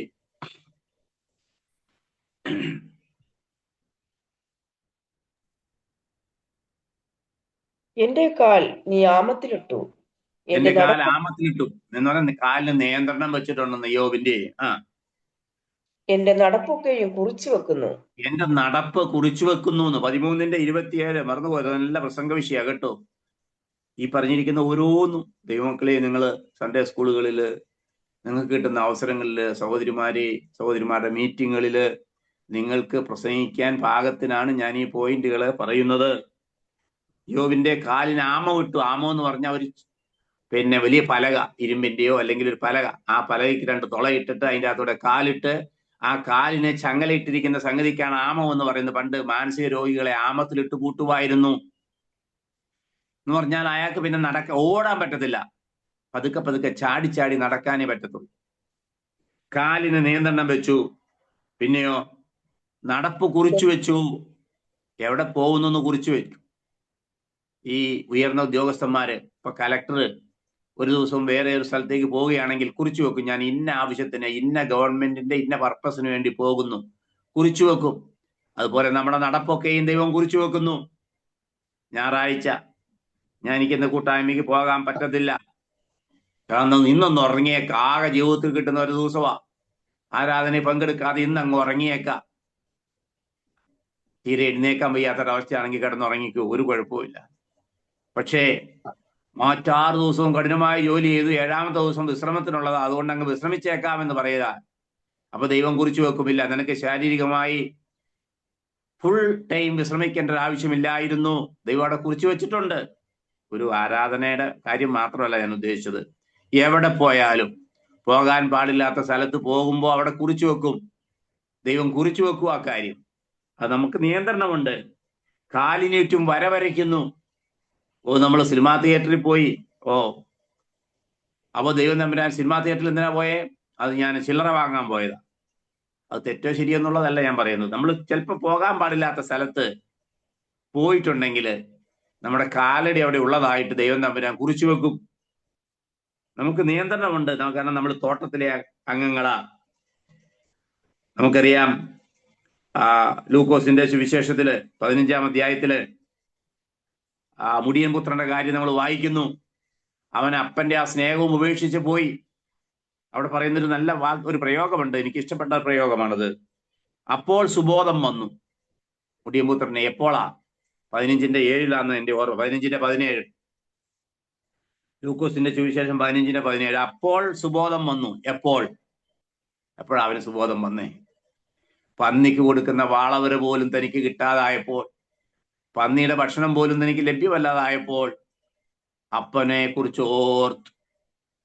നമ്മുടെയൊക്കെ ജീവിതത്തില് എത്ര മനുഷ്യരെ നമ്മൾ കാണുന്നുണ്ട് ഇങ്ങനെ തകർന്ന് തരിപ്പണമായി എല്ലാം നഷ്ടപ്പെടുമ്പോൾ ദൈവത്തെ ഓർക്കുന്ന ചിലരെങ്കിലും കാണും. തകർന്ന് തരിപ്പണമാകുമ്പോൾ ദൈവത്തെ ഓർക്കാൻ കഴിയാതെ ചിലർ ആത്മഹത്യ ചെയ്യുന്നു. അപ്പോൾ പന്നിക്ക് കൊടുക്കുന്ന ഭക്ഷണം പോലും കിട്ടുകയില്ലാന്ന് കണ്ടപ്പോ ദൈവമുഖത്തേക്ക് നോക്കിയ, അതായത് അപ്പന്റെ അടുക്കിലേക്ക് മടങ്ങി വന്ന ആ മുടിയൻ പുത്രനെയാണ് നമ്മൾ ലൂക്കോസിന്റെ സുവിശേഷത്തിൽ വായിക്കുന്നത്. കാരണം നമ്മൾ വിശ്വാസി എന്ന നിലയ്ക്ക് നമ്മൾ നിയന്ത്രണമുള്ളവരാ. നമുക്കറിയാം, നമ്മുടെയൊക്കെ മക്കള് ആ നിയന്ത്രണത്തിൽ പലപ്പോഴും ആകുന്നില്ല. വളരെ ദുഃഖകരമായ കാര്യമാണ്. വിശ്വാസ ജീവിതത്തിലെ കുഞ്ഞുങ്ങള് കൗൺസിലിങ്ങില് കഴിഞ്ഞ ആഴ്ചയിലും ഒരു പെൺകുഞ്ഞ് വന്ന് അവളുടെ ജീവിതത്തിന്റെ തകർന്ന അവസ്ഥ പറയുവാനിടയായി. എനിക്ക് പോലും സങ്കടം വന്നു പോയ കാര്യങ്ങളാണ്. സാമൂഹ്യ ദ്രോഹികളുടെ അടിയിൽ പെട്ടുപോയി ആ കുഞ്ഞ്. വീണ്ടെടുക്കാൻ കഴിയാത്ത വിധത്തില് അവളുടെ ജീവിതം തകർന്നു. വെളിപ്പെടുത്താൻ പറ്റത്തില്ല കൂടുതൽ കാര്യങ്ങൾ. ഒരു കണക്കിൽ പറഞ്ഞ് ആശ്വസിപ്പിച്ച് വിട്ടിട്ടുണ്ട്. നിരന്തരം പ്രാർത്ഥിക്കുന്നുണ്ട്, മടങ്ങി വരുമെന്ന് പ്രതീക്ഷിക്കാം. അപ്പോ ഞാൻ പറഞ്ഞത്, ആ പ്രണയക്കണി കൊടുന്ന എത്രയോ യുവതികള്, ഞാൻ അവരെ വിളിക്കുന്ന ഈയാമ്പാറ്റകൾ എന്നാണ്. ഈയാമ്പാറ്റ നമ്മൾ ഈയൽ എന്നൊക്കെ പറയും. ഈയൽ തീ കണ്ട് എന്തോ തിന്നാനുള്ളതാണ്, എന്തോ നല്ല കാര്യമാണെന്ന് വിചാരിച്ച് തീയിലേക്ക് വന്ന് വീഴുന്ന സെക്കൻഡ് തന്നെ അതിന്റെ ചിറക് കരിയും. ചിറക് കരിഞ്ഞു കഴിയുമ്പോഴാണ് അവയ്ക്ക് തോന്നുന്നു, അയ്യോ ഇത് തീ ആയിരുന്നല്ലോ. പറക്കാൻ ശ്രമിക്കും, ഇതിൽ നിന്ന് രക്ഷപ്പെടാൻ വേണ്ടി ഒന്ന് ചാടാൻ ശ്രമിക്കും. പക്ഷെ ചിറക് കരിഞ്ഞു പോയില്ലേ, പിന്നെ പറക്കാൻ പറ്റത്തില്ല. ആ തീയിൽ ഈയൽ വെന്ത് വീഴുന്നത് നമുക്ക് കാണാൻ കഴിയും. അതുപോലെ നമ്മുടെ യുവാക്കള് പലരും ഒരിക്കൽ ലഹരി ഉപയോഗിച്ചു കഴിഞ്ഞാൽ, ഒരൊറ്റ പ്രാവശ്യം ഉപയോഗിച്ചു കഴിഞ്ഞാൽ പിന്നെ അതിന്റെ പിടിയിൽപ്പെട്ടു പോകുന്ന ലഹരി പദാർത്ഥങ്ങളുണ്ട്. MDMA എന്നൊക്കെ പറയുന്ന സാധനങ്ങൾ അങ്ങനെയാണ്. ഒരൊറ്റ പ്രാവശ്യം ഉപയോഗിച്ചാൽ മതി അത്രേ. ഡോക്ടർമാരും അറിവുള്ളവരും പറയുന്നത് പിന്നെ അതിന്റെ പുറകെ തേടി പോകുമെന്ന. അപ്പോൾ പല ആമ്പിള്ളേരും ഈ ലഹരിയുടെ പുറകെ പോകുന്നു, പല പെമ്പിള്ളേരും പ്രണയക്കെണിയിൽ വീഴുന്നു. വിവിധ മദ്യപാനികള്, MDMA ഉപയോഗിക്കുന്നവര്, സാമൂഹ്യ ദ്രോഹികള്, മതഭ്രാന്തന്മാരുടെ ഒക്കെ പിടിയിൽ നമ്മുടെ എത്രയോ കുഞ്ഞുങ്ങൾ പെട്ടുപോകുന്നുണ്ട്. ഇപ്പൊ ദൈവസഭയ്ക്ക് ഒരു നിയന്ത്രണമുണ്ട്. ദൈവസഭയ്ക്ക് ഒരു വേലിയുണ്ട്. ദൈവസഭ സംരക്ഷിക്കാൻ വേണ്ടി ദൈവം കെട്ടിയതാണ്. അതിൽ ഒതുങ്ങി നിന്നില്ലെങ്കിൽ വലിയ അപകടമാണെന്ന് പറയാൻ വേണ്ടിയാണ് ഞാൻ ഇത്രയും പറഞ്ഞത്. മത്തായിയുടെ സുവിശേഷം 10:16 ഞാൻ ഇവിടെ നിങ്ങളെ ഒന്ന് വായിക്കാം. അതിന് ധാരാളം വ്യാഖ്യാനങ്ങളും പഠിക്കേണ്ട നല്ലൊരു പ്രസംഗ വിഷയമാണ്, പ്രത്യേകിച്ച് സൺഡേ സ്കൂളിലൊക്കെ പഠിപ്പിക്കുന്നവർക്ക്. ഞാൻ അതിന്റെ സൂചന മാത്രം ഇപ്പൊ പറയാം. അത് മറ്റൊരു ദിവസം അതിനെക്കുറിച്ച് ക്ലാസ് എടുക്കാം. മത്തായി 10:16 അത് എന്താണ് ഉദ്ദേശിക്കുന്നതെന്ന് മാത്രം ഇപ്പൊ പറയാം. ഒരാൾ വായിച്ചേ. ചെന്നായ്ക്കളുടെ നടുവിൽ ആടിനെ പോലെ ഞാൻ നിങ്ങളെ അയക്കുന്നു. ആകയാൽ പാമ്പിനെ പോലെ ബുദ്ധിയുള്ളവരും പ്രാവിനെ പോലെ കളങ്കമില്ലാത്തവരും ആയിരിക്കുവേൻ. ഓക്കെ, നിങ്ങൾ എത്രയോ പ്രാവശ്യം വായിച്ചിട്ടുള്ളതാണല്ലേ. ഞാന് അതിന്റെ വ്യാഖ്യാനം ഇപ്പൊ പറയുന്നില്ല. അത് നിങ്ങൾ വായിച്ചിട്ട് നിങ്ങൾ എന്നെ ഒന്ന് അറിയിക്കണം കേട്ടോ. ആരെങ്കിലും നിങ്ങൾ എന്താ അതിൽ നിന്ന് മനസ്സിലാക്കിയത്? പ്രാവിനെ പോലെ നിഷ്കളങ്കരായിരിക്കണം എന്ന് പറഞ്ഞ് നമുക്ക് എല്ലാവർക്കും അറിയാം. പാമ്പ് ചെളിയിൽ പ്രാവ് ഒരിക്കലും ചെളിയിൽ കിടക്കത്തില്ല. അത് ചെളി ദേഹത്തുനിന്ന് കഴുകിക്കളയും, അല്ലെങ്കിൽ മാറ്റിക്കളയും. അപ്പൊ നമ്മൾ പാപരഹിതമായ ജീവിതം നയിക്കണം, പാപമുള്ള അന്തരീക്ഷത്തിൽ നിന്ന് മാറി നിൽക്കണമെന്നാണ് പ്രാവിന്റെ കാര്യം പറഞ്ഞത്. അടുത്തതിൽ എനിക്ക് അടക്കം എല്ലാവർക്കും സംശയമുണ്ട്. എന്താ? അല്ലെങ്കിൽ വ്യക്തതയില്ല. പാമ്പിനെ പോലെ ബുദ്ധി. പാമ്പ് കൊണ്ട് ഹവ്വയെ ചതിച്ചൊരു പാമ്പിനെ നമുക്കറിയാം. അപ്പൊ ആ പാമ്പിനെ പോലെ നിങ്ങളും ചതിയനായിരിക്കണമെന്ന് കർത്താവ് നമ്മളോട് പറയുമോ? പാമ്പിനെ പോലെ ബുദ്ധി വേണമെന്ന് ഒരിക്കലും അതും അറിയത്തില്ലല്ലോ. പാമ്പ് ചതിയനും ക്രൂരനുമായിട്ട് നമുക്കറിയാവുന്നത്. പിന്നെ എന്തായിരിക്കും കർത്താവ് ഉദ്ദേശിച്ചെന്ന് നിങ്ങൾ എന്നോട് ആ അഭിപ്രായം ഒന്ന് വിളിച്ചു പറയണേ. എന്നിട്ട് ഞാൻ മനസ്സിലാക്കിയത് പിന്നെ മറ്റൊരു സന്ദർഭത്തിൽ പറയാം. ഓക്കെ, ഞാൻ പറഞ്ഞു വന്നത് വലിയ ചതിക്കുഴികൾ നമുക്ക് വേണ്ടി കാത്തിരിക്കുന്നു. നമ്മൾ അതിൽ നിന്നും വിട്ടുമാറണം. ദൈവം തമ്പുരാൻ നമ്മുടെ കൈക്ക്, നമ്മുടെ കാലിന്, നമ്മുടെ വായ്ക്ക്, നമ്മുടെ നാക്കിന് എല്ലാം നിയന്ത്രണം വെച്ചിട്ടുണ്ട്. അതുകൊണ്ടാണ് 32 പല്ലും ഒരു നാക്കും തന്നത്. എല്ലായിടത്തും നിയന്ത്രണങ്ങളാ. അത്യാവശ്യമുള്ളതേ പറയാവൂ. ഒരിക്കലും ഒരു കൗൺസിലിങ്ങിന് സന്ദർഭത്തിൽ ഒരു ഭാര്യ പറഞ്ഞു, ഭാര്യയും ഭർത്താവും അങ്ങോട്ടും ഇങ്ങോട്ടും എന്നെ മുമ്പിലിരുന്ന് വഴക്കുണ്ടാക്കുകയാണ്. അപ്പോ പിന്നെ ഭാര്യയാണെങ്കിൽ വലിയ വായാടിയ, ഭർത്താവാണെങ്കിൽ അത്യാവശ്യത്തിന് മാത്രമേ സംസാരിക്കൂ. ഭാര്യ പറയുകയാണ്, സാർ ഈ മനുഷ്യൻ ചിരിക്കത്തില്ല, ജനിച്ചേ പിന്നെ ചിരിച്ചിട്ടില്ല. ഭർത്താവിൻ്റെ കുറ്റമാണ്. ആ ഭാര്യയെ കുറിച്ച് ഭർത്താവ് പറഞ്ഞു, സാർ അവൾക്ക് 32 നാക്കാണ്. അപ്പൊ ജീവിതത്തിൽ അങ്ങനെയൊക്കെ സംഭവിക്കും. നമുക്കൊരു നിയന്ത്രണമുണ്ട്. നമ്മുടെ വായ്ക്ക് നിയന്ത്രണമുണ്ട്, നമ്മുടെ കൈകൾക്ക് നിയന്ത്രണമുണ്ട്, നമ്മുടെ കാലിന് നിയന്ത്രണമുണ്ട്, നമ്മുടെ പോക്കറ്റിന്, നമ്മുടെ സമ്പത്തിന് നിയന്ത്രണമുണ്ട്. ഇതെല്ലാം നിയന്ത്രണം വെച്ചിട്ടുണ്ട്. കാരണം നമ്മൾ തോട്ടം കെട്ടിയടച്ചതാണ്. അതാണ് രണ്ടാമത്തെ പോയിന്റ്. 3, തോട്ടം സുഗന്ധവിളയുടെ തോട്ടമാണ്. തോട്ടം സുഗന്ധവിളയുടെ തോട്ടം, പടുവൃക്ഷമല്ല. ഫലമില്ലാത്ത വൃക്ഷം ആരും തോട്ടത്തിൽ നടുകയില്ല. സുഗന്ധവിളയുടെ തോട്ടമാണ്. 2 കൊരിന്ത്യർ 2:15 എഴുതിയാ മതി, വായിക്കണ്ട. 2 കൊരിന്ത്യർ 2:15 തോട്ടം സുഗന്ധവിളയുടെ തോട്ടമാണ്. ഓരോ വൃക്ഷവും സൗരഭ്യവാസന പുറപ്പെടുവിക്കണം. നമ്മൾ ഓരോരുത്തരും തോട്ടത്തിലുള്ളവരാ. നമ്മൾ തോട്ടത്തിൽ സുഗന്ധ വിളയാണ്. നമ്മൾ മറ്റുള്ളവർക്ക് സുഗന്ധ പുറപ്പെടുവിക്കുന്നവരായിരിക്കണം. നമുക്കറിയാം, വയനാടൻ മല നിരകളിലേക്ക് കയറിയാൽ, മലബാറിൽ വന്നവർക്കറിയാം, കോഴിക്കോട് താമരശ്ശേരി ചുരം കഴിഞ്ഞ് കേരളത്തിലെ ഏറ്റവും ഹെയർപിൻ വളവുകളുള്ള ഒരു ചുരമാണ്. അത് കഴിഞ്ഞ് നമ്മൾ വയനാട്ടിലോട്ട് കയറിയാൽ കാപ്പിക്കുരി പറിക്കുന്ന സമയമാണെങ്കിൽ നല്ല ഒരു സുഗന്ധം വരും. കുരുമുളകിന്റെ കാലമാണെങ്കിൽ ആ ഒരു നല്ല ഗന്ധം നമ്മുടെ മൂക്കിലേക്ക് വരും. നമ്മൾ ഓരോരുത്തരും സുഗന്ധവിളയുടെ വൃക്ഷങ്ങളാണ്. ഇടുക്കിയിലും വയനാട്ടിലൊക്കെ പോയിട്ടുള്ളവർക്ക് നിങ്ങൾക്കത് നല്ലപോലെ അറിയാൻ കഴിയും. അന്യോന്യം കൈത്താങ്ങൽ കൊടുക്കേണ്ടവരാ നമ്മൾ. അന്യോന്യം കൈത്താങ്ങൽ, പരസ്പരം അഭിനന്ദിക്കേണ്ടവരാ നമ്മൾ. കാരണം നമ്മൾ ഓരോരുത്തരും സുഗന്ധവിളയാ. നമ്മളിലെ ഒരംശം ഉണ്ടെങ്കിൽ, നമുക്കറിയാം, ഒരു ഏലക്കായുടെ ഒരു തരി മതി നമ്മൾ കുടിക്കുന്ന വെള്ളത്തിലിട്ടാൽ അതിന്റെ മണവും രുചിയും വരും. നമ്മൾ അങ്ങനെ ഓർത്തിരിക്കണം. മറ്റൊരാൾ കുടിക്കുന്ന വെള്ളത്തിലെ ഏലത്തരികളാ നമ്മൾ. മറ്റൊരാളുടെ പ്രയോജനപ്പെടുന്നവരാ നമ്മൾ. കാരണം അന്യോന്യം കൈത്താങ്ങൽ കൊടുക്കേണ്ടവരാ. താങ്ങാൻ പറ്റിയില്ലെങ്കിലും തൂങ്ങരുതേ. അന്യോന്യം ആശ്വസിപ്പിക്കേണ്ടവരാ നമ്മൾ. അന്യോന്യം ചേർത്ത് പിടിക്കേണ്ടവരാ നമ്മൾ.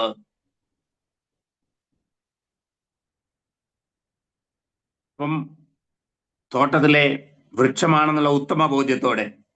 നമുക്കറിയാം, ചില സഭകളിൽ ചിലര് ശരിക്കും സുഗന്ധവളയായിരിക്കും. ഒരു സഭയിലെ ഒരു കൂട്ടായ്മയിൽ 10-15 വീട്ടുകാരുണ്ട്, ചെറിയ കൂട്ടായ്മയെന്ന് കരുതുക. എന്തോ ചെറിയ പ്രയാസം ഉണ്ടായി, ഒരാളുടെ മകളുടെ കല്യാണമാണ്, കെട്ടിച്ചു വിടാൻ പൈസയില്ല, വളരെ ഞെരുങ്ങുന്ന ഒരു കുടുംബം, ആ സഭക്കാർ വളരെ പ്രയാസത്തിലായിരിക്കുന്നു. അപ്പോഴാണ് തോമാച്ചൻ വരുന്നു. ഇപ്പൊ എല്ലാവർക്കും സന്തോഷമായി. തോമാച്ചായന് വന്നാൽ അതിനൊരു പരിഹാരമായി. കാരണം സുഗന്ധവിളയാ. തോമാച്ചായൻ വരുന്ന നമുക്ക് വിഷയം തോമാച്ചായനെ അറിയിക്കാം. ഒരാൾ വന്ന് ഇന്ന ആൾ പറഞ്ഞാൽ അതിന് പരിഹാരമായി. കാരണം അത് സുഗന്ധവിളയാ. സുഗന്ധവിള വാ തുറക്കുമ്പോഴേ നമുക്കറിയാം സുഗന്ധമേ വരത്തുള്ളൂ. ചിലർ വാ തുറന്നാൽ അവർ ആശ്വസിപ്പിക്കുന്നത് വരും, ചേർത്ത് പിടിക്കുന്ന വാക്കുകൾ വരും. സാരമില്ല, പ്രാർത്ഥിക്കാമെന്ന് പറയും. വെറും പ്രാർത്ഥിക്കാമെന്ന് പറയല്ല, പ്രാർത്ഥിക്കും. എന്നാൽ ചിലർ അങ്ങനെയല്ല. ചിലർ വിശ്വാസികളും വലിയ ആത്മീയക്കാരും ഒക്കെയാ. ഇരിക്കുന്നതിന് മുമ്പേ സ്പ്രിങ് പോലെ ചാട്ടമൊക്കെ ഉണ്ടാവും. പക്ഷേ മറ്റൊരാളെ ചേർത്ത് പിടിക്കാനുള്ള മനസ്സില്ലാത്തവർ പലരും നമ്മുടെ കൂടെയൊക്കെ ഉണ്ട്. മറ്റൊരാളെ ആശ്വസിപ്പിക്കാൻ കഴിയാത്തവർ നമ്മുടെ കൂട്ടത്തിലുണ്ട്. മറ്റൊരാളുടെ വേദനയിൽ, കൂട്ടു സഹോദരന്റെ വേദനയിൽ സന്തോഷിക്കുന്നവര് വിശ്വാസികളുടെ കൂട്ടത്തിൽ ഞാൻ കണ്ടിട്ടുണ്ട്. ഞാൻ അവരോടൊക്കെ പറയാറുണ്ട്, കാളവണ്ടി ചക്രത്തെ മറക്കരുത്. കാളവണ്ടി ചക്രത്തിന്റെ പ്രത്യേകതയുണ്ട്. അതിന്റെ പുറംചട്ട ഇരുമ്പാണ്. കാളവണ്ടി ചക്രം ഇങ്ങനെ കറങ്ങി താഴെ വരുമ്പോൾ ആ കരിയിലകൾ ഈ കാളവണ്ടി ചക്രത്തിന്റെ അടിയിൽപ്പെടും. ഇപ്പൊ കല്ലിനോട് ചേർന്ന് ചക്രം ഞെരുങ്ങുമ്പോ അതിനിടയിൽപ്പെട്ട കരിയിലയ്ക്ക് ദ്വാരം വീഴും, ഓട്ട വീഴും. അപ്പൊ ഈ കരിയില കിടന്ന് പുളയുന്നത് കാണുമ്പോൾ, വേദന കൊണ്ട് പുളയുന്നത് കാണുമ്പോൾ മറ്റു ചില കരിയിലകൾക്ക് ഭയങ്കര സന്തോഷമാണ്. കാളവണ്ടി ചക്രത്തിന്റെ മുകളിലിരിക്കുന്ന തുള വീഴാത്ത കരിയില പറയും, കണ്ടോ കണ്ടോ നിന്റെ ഒരു അവസ്ഥ, നിനക്ക് അങ്ങനെ വേണം. അല്ലെങ്കിൽ അവക്ക് ഇച്ചിരി അഹങ്കാരം കൂടുതലായിരുന്നു, അവക്ക് അങ്ങനെ വരണം. നമ്മുടെ ഒരു മോന് ഒരു ലഹരി കേസിൽ പെടുമ്പോ ചിലപ്പോ നമ്മുടെ കൂടെയുള്ളവർ പറയും, അല്ലെങ്കിൽ അവർക്ക് അങ്ങനെ വേണം, നന്നായി വളർത്താത്തത് കൊണ്ട് അങ്ങനെ വേണം എന്ന് പറയുന്നവരെ ഞാൻ കണ്ടിട്ടുണ്ട്. എൻ്റെ പ്രിയപ്പെട്ട, അവരുടെ വേദനയിൽ പങ്കാളികളായി അവർക്ക് വേണ്ടി ചേർത്ത് പിടിച്ച് അവരെ ആശ്വസിപ്പിക്കാൻ വേണ്ടിയാണ് ദൈവം നമ്മളെ ആക്കിയിരിക്കുന്നത്. അല്ല നിനക്ക് അങ്ങനെ വേണമെന്ന് പറയാൻ വേണ്ടിയല്ല. അപ്പം കാളവണ്ടി ചക്രം പിന്നെയും കറങ്ങും. മുകളിലിരുന്ന് അഹങ്കരിച്ചവർ താഴോട്ട് വരും, താഴെ ഇരുന്നവർ മുകളിൽ വരും. അങ്ങനെയൊക്കെയാ ജീവിതം. ഒരിക്കൽ ഞെരിഞ്ഞമർന്നവർ മുകളിൽ വരും, മുകളിലിരുന്ന് പരിഹസിച്ചവർ താഴെ വരും. താഴെ വരുമ്പോൾ അവരും ഈ കാളവണ്ടി ചക്രത്തിന്റെ അടിയിൽ ഈ കരികളെ പിന്നെയും വീഴും, പിന്നെയും അവർക്ക് തുള വീഴും. അപ്പോ അത് നമ്മൾ എപ്പോഴും ഓർത്തിരിക്കണം. നമ്മുടെ ജീവിതത്തിൽ സംഭവിക്കുന്ന നന്മയും അനുഗ്രഹങ്ങളും കണ്ട് അത് ലഭിക്കാത്ത മറ്റുള്ളവരെ ഒരിക്കലും ജീവിതത്തിൽ പരിഹസിക്കരുത്. പകരം അവരെ നമുക്ക് തന്നിരിക്കുന്ന നന്മകളും, നമുക്ക് വചനം കൊണ്ടായിരിക്കാം, അല്ലെങ്കിൽ സാമ്പത്തിക ശേഷി കൊണ്ടായിരിക്കാം, അല്ലെങ്കിൽ ലോകശാന്തി നൽകുന്ന പ്രാർത്ഥിക്കാനുള്ള വരമുള്ളത് കൊണ്ടായിരിക്കാം, ദൈവം തന്നിരിക്കുന്ന എല്ലാ നന്മകളും ഉപയോഗിച്ച് നമ്മുടെ കൂടെയുള്ളവരെ, സഹജീവികളെ, കൂട്ടുവിശ്വാസികളെ, അയൽവക്കക്കാരെ ജാതിയും മതവും നോക്കാതെ സ്നേഹിക്കാനും ചേർത്ത് പിടിക്കുവാനും നമുക്ക് കഴിയണം. ഈ കൂട്ടത്തിൽ ഞാൻ ഓർപ്പിക്കട്ടെ, മറ്റുള്ളവരെ ചേർത്ത് പിടിച്ച് ആശ്വസിപ്പിക്കാൻ പാകത്തിന് നമ്മളൊരു കൗൺസിലിംഗ് കോഴ്സ് തന്നെ നടത്തുന്നുണ്ട്. ഒരു 1 year കൗൺസിലിംഗ് കോഴ്സാണ്. ക്രിസ്ത്യൻ കൗൺസിലിംഗ് എന്നാണ് അതിൻ്റെ പേര്. അത്യാവശ്യ പ്രീ മാരിറ്റൽ കൗൺസിലിങ്ങും ഫാമിലി കൗൺസിലിങ്ങും കൊച്ചുങ്ങളെ പഠിപ്പിക്കുന്ന കാര്യവും പഠന പ്രശ്നങ്ങളൊക്കെ നമ്മൾ ഇതിൽ കൈകാര്യം ചെയ്യുന്നു. 1 year കോഴ്സാണ്. ഇപ്പം ഈ ക്ലാസ്സിൽ പങ്കെടുക്കുന്ന എല്ലാ പ്രിയപ്പെട്ടവരും അടുത്ത നമ്മുടെ ബാച്ചിൽ ചേരണമേ എന്ന് ഞാൻ ഓർമ്മിപ്പിക്കുന്നു. ഇപ്പം 3ാമത്തെ ബാച്ച് നടന്നുകൊണ്ടിരിക്കുന്നു. നമ്മുടെ 4ാമത്തെ ബാച്ച് അടുത്ത മെയ് മാസത്തിൽ ആരംഭിക്കും. ഇപ്പം ഞാൻ നമ്മുടെ ബീന സിസ്റ്ററിൻ്റെ വാട്സപ്പിലേക്ക് ആപ്ലിക്കേഷൻ ഫോം ഇട്ടിട്ടുണ്ട്. നിങ്ങൾ അതെടുത്ത് ആപ്ലിക്കേഷൻ ഫോം പൂരിപ്പിച്ച് വാട്സപ്പിൽ എനിക്ക് തിരിച്ചയച്ചു തരണം. എല്ലാവരും അതിൽ ചേരണമേ എന്ന കാര്യം പ്രത്യേകം ഓർപ്പിക്കുന്നു. അപ്പോൾ ഒരാളെ ചേർത്ത് പിടിക്കാൻ, ഒരാളെ ആശ്വസിപ്പിക്കുവാൻ, അവരുടെ വേദനകളിൽ പങ്കുവെക്കുവാൻ നമ്മളെ പ്രാപ്തരാക്കുന്ന, അതിനകത്ത് വളരെ വിദഗ്ധരായ മനഃശാസ്ത്ര വിദഗ്ധന്മാരും ഉന്നതമായ ബൈബിൾ പരിജ്ഞാനം കിട്ടിയവരൊക്കെയാണ് ക്ലാസ് എടുക്കുന്നത്. വിദേശത്തു നിന്നൊക്കെയുള്ള ഡോക്ടേഴ്സ് ക്ലാസ്സുകൾ എടുക്കുന്നുണ്ട്. നിങ്ങൾ ആ കോഴ്സിന് പങ്കെടുക്കണമേ എന്ന കാര്യം പ്രത്യേകം ഓർമ്മിപ്പിക്കും. അപ്പൊ 3ാമത്തെ പോയിന്റ് തോട്ടം സുഗന്ധവളയുടെ തോട്ടമാണ്. നമ്മൾ പരിശോധിക്കേണ്ടത്, ഞാനൊരു സുഗന്ധവിളയാണോ? ഞാൻ എൻ്റെ കൂട്ടുവിശ്വാസിക്ക് ഒരു സുഗന്ധം പറക്കുന്ന ആളാണോ? അതോ ഞാൻ വാ തുറന്നാൽ നാറ്റക്കേസാണോ? മറ്റുള്ളവരെ വേദനിപ്പിക്കുന്നതേ പറയുള്ളൂ? അത് നമ്മളാണ് സ്വയം പരിശോധിക്കേണ്ടത്. കർത്താവെ, മറ്റുള്ളവർക്ക് വേദന ഉണ്ടാകുന്നതാണെങ്കിൽ എൻ്റെ വായ് തുറക്കാൻ അവിടുന്ന് സമ്മതിക്കരുതേ. എപ്പോ മനസ്സ് തുറന്ന് നമ്മളൊരു വാക്ക് പറയുന്നത് വേറൊരാളെ ആശ്വസിപ്പിക്കുന്നതാണോ, ധൈര്യപ്പെടുത്തുന്നതാണോ എന്നത് നമ്മൾ ചിന്തിച്ചിട്ടേ നമ്മുടെ വായ് തുറക്കാൻ പാടുള്ളൂ. ഓക്കെ, അപ്പൊ തോട്ടം സുഗന്ധവിളയുടെ തോട്ടമാണ്. 4ാമത്തെ പോയിന്റ്, ദൈവസഭ ദൈവത്തിന്റെ തോട്ടം എന്നതിലെ 4ാമത്തെ പോയിന്റ് എന്ന് പറയുന്നത് തോട്ടം ചെത്തിവെടിപ്പാക്കും. തോട്ടമാണോ അത് ചെത്തിവെടിപ്പാക്കും? നമുക്കറിയാം, മലബാറിലൊക്കെ റബ്ബർ കൂടുതലായതുകൊണ്ടാണ് ഞാൻ ഈ റബ്ബറിന്റെ കാര്യം പറയും. റബ്ബറിന് കേട് വന്നാൽ അത് ചെത്തിവെടിപ്പാക്കിയിട്ട് ചെത്തിക്കളഞ്ഞിട്ട് അവിടെ തുരിശും കുമ്മായവും പുരട്ടും. യോഹന്നാന്റെ സുവിശേഷം 15:2 ഇങ്ങനെയാ പറയുന്നത്. 15:2, എന്നിൽ കായ്ക്കാത്ത കൊമ്പൊക്കെയും അവൻ നീക്കിക്കളയുന്നു, കായ്ക്കുന്നതൊക്കെയും അധികം ഫലം കായ്ക്കേണ്ടതിന് ചെത്തിവെടിപ്പാക്കും. അപ്പോൾ കർത്താവിൽ വസിക്കുന്നവരെ അധികം ഫലം കായ്ക്കേണ്ടതിന്, യോഹന്നാൻ 15:2, അധികം ഫലം കായ്ക്കേണ്ടതിന് ഓർത്തിരുന്നോണം, നമ്മളെയൊക്കെ ദൈവം ചെത്തിവെടിപ്പാക്കും. അതിൽ യാതൊരു സംശയവും വേണ്ട. എങ്ങനെ ചെത്തിവെടിപ്പാക്കിയാലും അത് ചെത്തുമ്പോൾ ആ ചെടിക്ക് വേദനിക്കുന്ന കാര്യത്തിൽ യാതൊരു സംശയവും വേണ്ട. ചെത്തിവെടിപ്പാക്കുമ്പോൾ ആ ചെടിക്ക് വേദനിക്കും, ആ വൃക്ഷത്തിന് വേദന ഉണ്ടാവും. നമ്മുടെയൊക്കെ ജീവിതത്തില് ചില സന്ദർഭങ്ങളിൽ ദൈവം ചെത്തിയിട്ടുണ്ട്. അപ്പൊ നമ്മളിന്ന് രക്തം പൊടിഞ്ഞിട്ടുണ്ട്, വേദനിച്ചിട്ടുണ്ട്, ഇപ്പോഴൊക്കെ നമ്മൾ കരഞ്ഞിട്ടുണ്ട്, നിലവിളിച്ചിട്ടുണ്ട്. ചിലർ ചോദിക്കും, എന്തിനാ കർത്താവേ എന്നോട് ഇങ്ങനെ ചെയ്യുന്നേ, എന്നോട് മാത്രം എന്താ കർത്താവ് ഇങ്ങനെ ചെയ്യുന്നതെന്നൊക്കെ നമ്മൾ ചോദിച്ചിട്ടില്ലേ? അത് നിന്നെ സ്നേഹിക്കുന്നത് കൊണ്ടാണ്. ചെത്തിവെടിപ്പാക്കാൻ വേണ്ടിയാ, അധിക ഫലം കായ്ക്കാൻ വേണ്ടിയാ.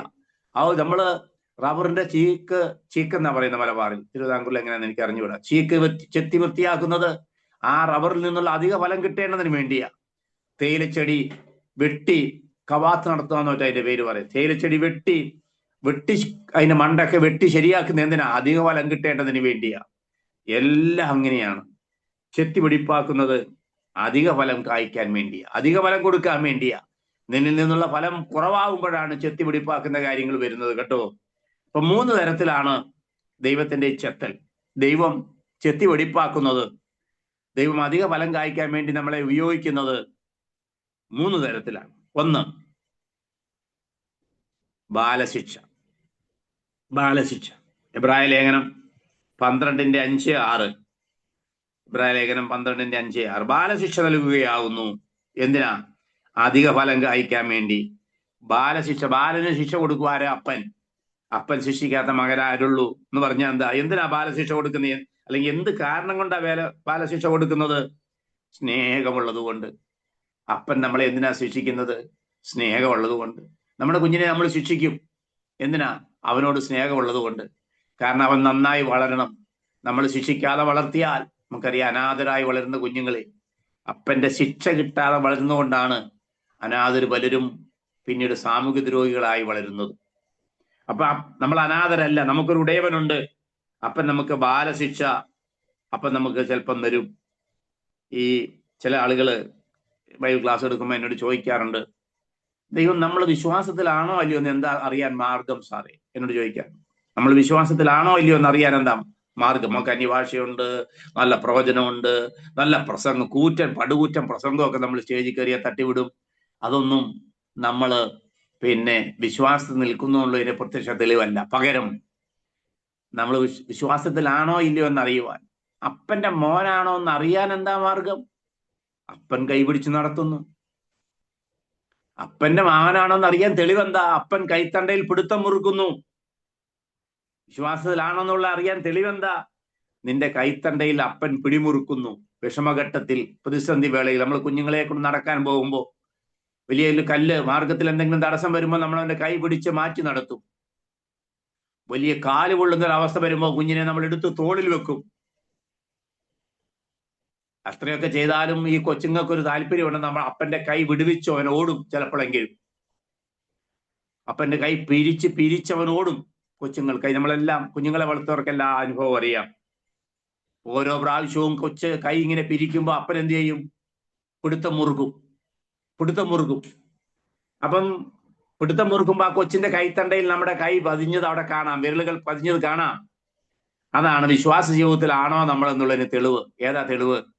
നമ്മുടെ കൈത്തണ്ടയിൽ പിതാവായ ദൈവം പിടിച്ചിരിക്കുന്നതിന്റെ പാടുകൾ ഉണ്ടാവും. നമ്മുടെയൊക്കെ ജീവിതത്തിൽ ദൈവം മുറുക്കി പിടിച്ചതിന്റെ പാടുകളുണ്ട്. തകർന്നു പോയപ്പോൾ ദൈവം പിടിച്ചതിന്റെ പാടുകളുണ്ട്. നിരാശ വേദനകളിൽ ദൈവം പിടിച്ചതിന്റെ പാടുകൾ നമ്മുടെ ഹൃദയത്തിൽ കാണും. എൻ്റെ സാക്ഷ്യവും അനുഭവമൊന്നും എപ്പോഴെങ്കിലുമൊക്കെ ഇങ്ങനെ ക്ലാസിന്റെ ഇടയിൽ ഞാൻ പറയാം. അപ്പോ നമ്മൾ അങ്ങനെ ആയിരിക്കണം. അപ്പന്റെ ആ കൈപ്പിടുത്തത്തിന് ഒതുങ്ങി നിന്ന് കൊടുക്കുന്നവരായിരിക്കണം. ബാലശിക്ഷ ദൈവം നമ്മളെ സ്നേഹിക്കുന്നുള്ളതിന്റെ തെളിവാണ്. 2, ചെത്തിവെടിപ്പാക്കുന്നത് 3 രീതിയിലാണ്. 1 ബാലശിക്ഷ, 2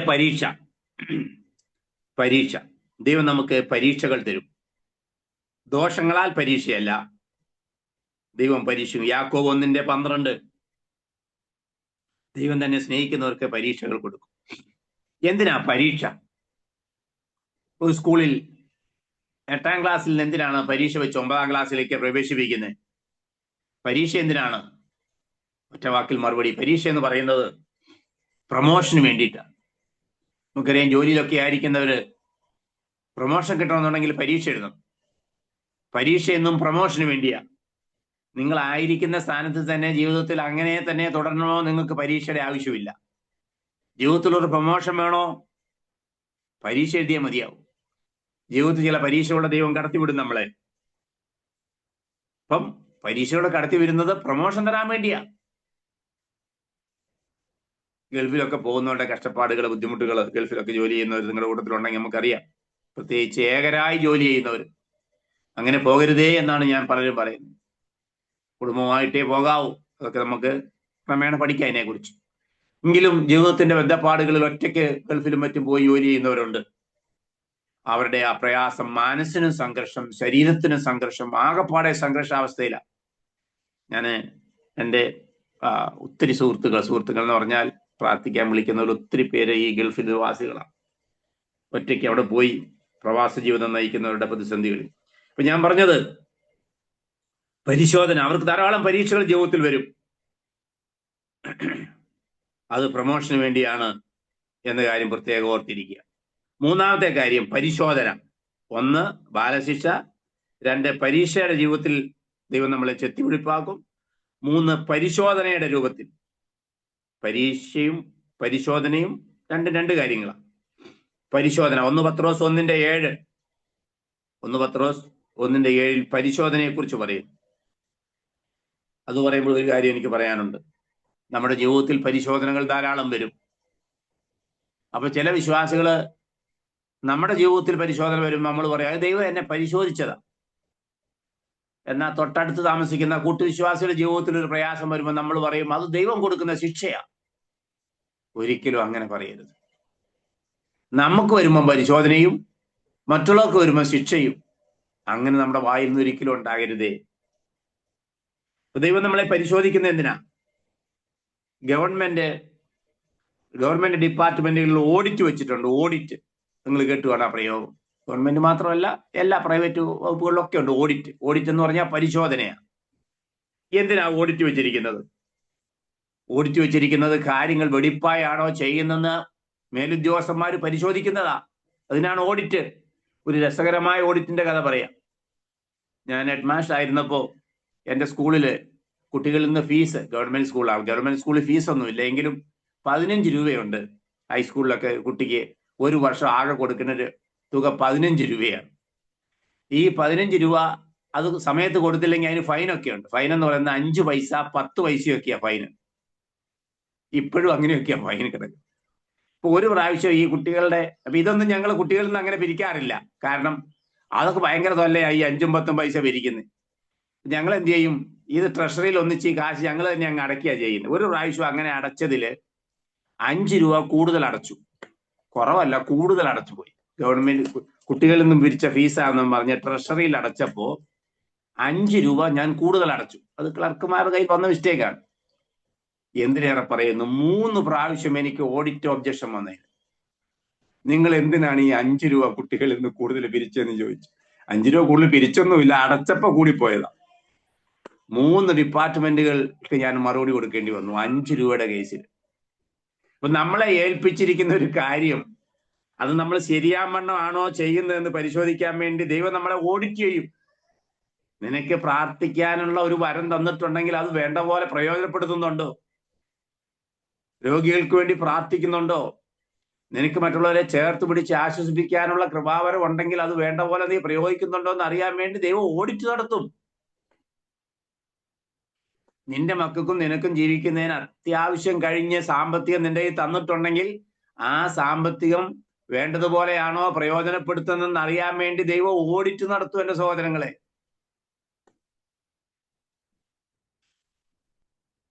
നമുക്കൊരു പ്രതിമാസം 5 ലക്ഷം 10 ലക്ഷം രൂപ വരുമാനം ഉണ്ടെന്നിരിക്കട്ടെ. നമ്മുടെ കുടുംബത്തിന് സുഖമായി കഴിയാൻ ഒരു 40,000 രൂപ 30,000 രൂപയൊക്കെ ഉണ്ടെങ്കിൽ കുടുംബം പോവും.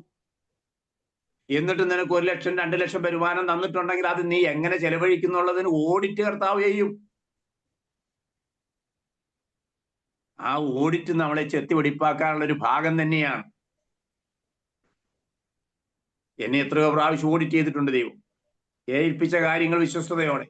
മലബാറിലെ കർത്താവിന്റെ വില എന്ന് പറയുന്നത് ഭയങ്കര ദുഷ്കരമാണ്, ഭയങ്കര കഷ്ടപ്പാടുകൾ. അപൂർവം ചിലർക്ക് മാത്രമാണ് ഈ സുവിശേഷ വേലയിലുള്ള പാസ്റ്റേഴ്സിന് ജീവിതമാർഗം. ഒക്കെ വളരെ കഷ്ടപ്പെട്ട ചെയ്യും. ഞാൻ ഒരു പ്രാവശ്യം നമ്മുടെ ഗുഡ് ന്യൂസ് എന്ന് പറയുന്ന മാസികയിൽ ഒരു പ്രാവശ്യം എഴുതി, മലബാറിനെ മറക്കരുതേ എന്ന് പറഞ്ഞാൽ മലബാറിൽ പട്ടിണി കൊണ്ട് കണ്ണീര് വെക്കുന്ന ധാരാളം ദാസന്മാര് ശുശ്രൂഷകന്മാരുണ്ട്. അവരുടെയൊക്കെ വേദന എനിക്ക് നേരിട്ട് അറിയാവുന്നതുകൊണ്ട് ഞാനൊരു പ്രാവശ്യം അങ്ങനെ എഴുതി. ധാരാളം സമ്പത്തും സൗകര്യങ്ങളും ഉള്ള തിരുവിതാംകൂറിലുള്ളവര് മലബാറുകാരായ ഞങ്ങളെ മറക്കു പോവുകയല്ലേ എന്ന് പറഞ്ഞ് ഗുഡ് ന്യൂസിൽ എഴുതി. ഉടനെ എനിക്ക് ലോകത്തിന്റെ വിവിധ ഭാഗങ്ങളിൽ നിന്ന് ആളുകൾ വിളി വന്നു, എന്ത് ചെയ്യണം ഞങ്ങളെ കൊണ്ട്. അന്ന് ഒരു 10-20 കൊല്ലം മുമ്പ് അത് കേട്ടോ. എനിക്ക് 50,000 രൂപ എന്ന പലരും അയച്ചു തന്നു ലോകത്തിന്റെ വിവിധ ഭാഗങ്ങളിൽ നിന്ന്. എന്നിട്ട് എന്നോട് പറഞ്ഞു, സാറിന് ഇഷ്ടമുള്ളവർക്ക്, ഏറ്റവും പ്രയാസപ്പെടുന്നെന്ന് തോന്നുന്ന അവർക്ക് ഈ പൈസ കൊടുക്കണമേ എന്നും പറഞ്ഞ് എന്നെ ഏൽപ്പിച്ചു. 50,000, അന്നത്തെ 50,000 രൂപ എന്ന് പറഞ്ഞാൽ ഇന്നത്തെ വലിയ തുകയാണ്, ഒരു 3-4 ലക്ഷം രൂപയാണ്. ഞാനിതിവിടെ ഏറ്റവും വിഷമം തോന്നുന്ന കുറച്ച് ദേവദാസന്മാർക്ക് അന്നത്തെ 2,000 രൂപ വെച്ച് 3,000 രൂപ വെച്ചൊക്കെ കൊടുക്കുവാനിടയായി. അത് എനിക്ക് ആരെയും കണക്ക് കാണിക്കണ്ട. ഞാൻ പറഞ്ഞു, ഈ കണക്ക് നോക്കുവാൻ ദൈവം മാത്രമേ ഉള്ളൂ. കാരണം എൻ്റെ കയ്യിൽ അത് കിട്ടിയത്. അത് വിശ്വസതയോടെ ഞാൻ കൊടുത്തോ, എനിക്ക് വേണമെങ്കിൽ അതിൽ കുറച്ച് പോക്കറ്റിലിടാമായിരുന്നു. ഇടേണ്ട കാര്യമില്ല. ദൈവം ഉന്നതമായ ജീവിത നിലവാരം, പരമദരിദ്രനായിരുന്ന എന്നെ ജീവിതത്തിൽ ഉന്നതമായ ജീവിത നിലവാരം ദൈവം എനിക്ക് ഓൾറെഡി തന്നിട്ടുണ്ട്. പിന്നെ ഈ പാവപ്പെട്ട ദൈവദാസന്മാർക്ക് കൊടുക്കാൻ വേണ്ട തന്ന ഈ കാശ് എനിക്ക് പോക്കറ്റിൽ ഭാഗികമായി ഇടേണ്ട കാര്യമില്ല. ഞാൻ അങ്ങനെ ഇട്ടുവെങ്കിൽ ദൈവം ശരിക്കും എനിക്ക് ഓഡിറ്റ് തരും. ഇപ്പൊ ജീവിതത്തില് സാമ്പത്തിക കാര്യങ്ങൾ മാത്രമല്ല, വിശ്വസ്തയോടെ ചെലവഴിക്കാൻ വേണ്ടി ദൈവം നമ്മളെ ഏൽപ്പിച്ചിരിക്കുന്ന ഏത് കാര്യവും നമ്മൾ അങ്ങനെ ചെയ്യുന്നുണ്ടോ ഇല്ലയോ എന്നറിയാൻ വേണ്ടി ദൈവം നമുക്ക് ഓഡിറ്റ് തരും. അത് നമ്മുടെ പ്രസംഗമായിരിക്കാം. ഒരു വാക്ക് പറഞ്ഞ ഒരാളെ ആശ്വസിപ്പിക്കാനുള്ള ശേഷി തന്നിട്ടുണ്ടെങ്കിൽ നമ്മളത് ചെയ്തിരിക്കണം. തെരുവിൽ പോയി ചെണ്ട കൊട്ടാനേ അറിയത്തുള്ളൂ ഒരു സുവിശേഷ യോഗത്തിന്, അത് നന്നായി ചെയ്യാൻ നമ്മൾ ചെയ്തിരിക്കണം. പാട്ട് പാടാനാണ് തന്നിരിക്കുന്ന കൃപ, അത് നമ്മൾ ചെയ്തിരിക്കണം. ഇല്ലെങ്കിൽ ദൈവം ഓഡിറ്റ് ചെയ്യും. അത് വേണ്ട പോലെ നീ ചെലവഴിക്കുന്നുണ്ടോ? ആരോഗ്യം തന്നത്, ആ ആരോഗ്യം തന്നത് വേണ്ട പോലെ ചെലവഴിക്കുന്നുണ്ടോ? ഇല്ലെങ്കിൽ ഓഡിറ്റ് വരും, ചെത്തി വെടിപ്പാക്കും. ചിലരെല്ലാം ചോദിക്കും, സാറേ ഈ ഞങ്ങൾ എന്ത് ചെയ്യണം? ചിലര് വിളിച്ച് ചോദിക്കും, എൻ്റെ മകൾ ബോംബെയിലാണ്, ചെന്നൈയിലാണ്, അവന് കൂട്ടുകെട്ടിപ്പെട്ട എന്തൊക്കെയോ ചെയ്യുന്നു. ഞാൻ അവരോട് പറയും, നിങ്ങളും മുന്തിരിത്തോട്ടത്തിൽ പോകുവിൻ, ന്യായമായത് തരാം. മുന്തിരിത്തോട്ടത്തിൽ എല്ലാവരും ഇറങ്ങണമെന്ന് എൻ്റെ ആഗ്രഹം. എൻ്റെ കൂടി ഇരിക്കുന്നപ്പോഴും 44 പേരുണ്ട്. ഞങ്ങൾ 44 പേരും എനിക്കറിയാം, ചിലരെല്ലാം കർത്താവിന്റെ പേരെ ഫുൾ ടൈം ആയിരിക്കും. ബഹുഭൂരിപക്ഷം പേരും വിവിധ ജോലി ചെയ്ത് ജീവിതമാർഗത്തിന് വേണ്ടി അധ്വാനിക്കുന്നവരാണ്, വീട്ടമ്മമാരൊക്കെയാണെന്ന് ഞാൻ വിശ്വസിക്കുന്നു. എന്നാൽ ഈ 44 പേരും മുന്തിരിത്തോട്ടത്തിൽ അധ്വാനിക്കുന്നവരായിരിക്കണം എന്നാണ് എൻ്റെ ആഗ്രഹം. അതിനുവേണ്ടിയാണ് നമ്മൾ ആ പ്രത്യേക ഒരു കോഴ്സ് തരുന്നത്. കാരണം അത് പഠിക്കുന്ന എല്ലാവരും മുന്തിരിത്തോട്ടത്തിൽ ഇറങ്ങാൻ വേണ്ടി പാകത്തിലാണ് ക്രമീകരിച്ചിരിക്കുന്നത്. അപ്പോ നമ്മളിതെല്ലാം അറിഞ്ഞതിന് ശേഷം ഇറങ്ങിയില്ലെങ്കിൽ ദൈവം നമ്മളെ പിടിക്കും.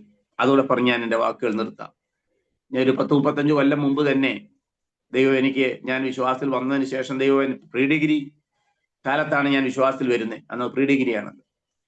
മിഷണറിമാരാണ് എന്നെ പ്രീ ഡിഗ്രിക്ക് പഠിപ്പിച്ചത്. ഡിഗ്രി, പോസ്റ്റ് ഗ്രാജുവേഷന്, BEd എല്ലാം മിഷണറിമാരുടെ കൂടെ നിന്ന് അവരാണ് എന്നെ പഠിപ്പിക്കുന്നത്.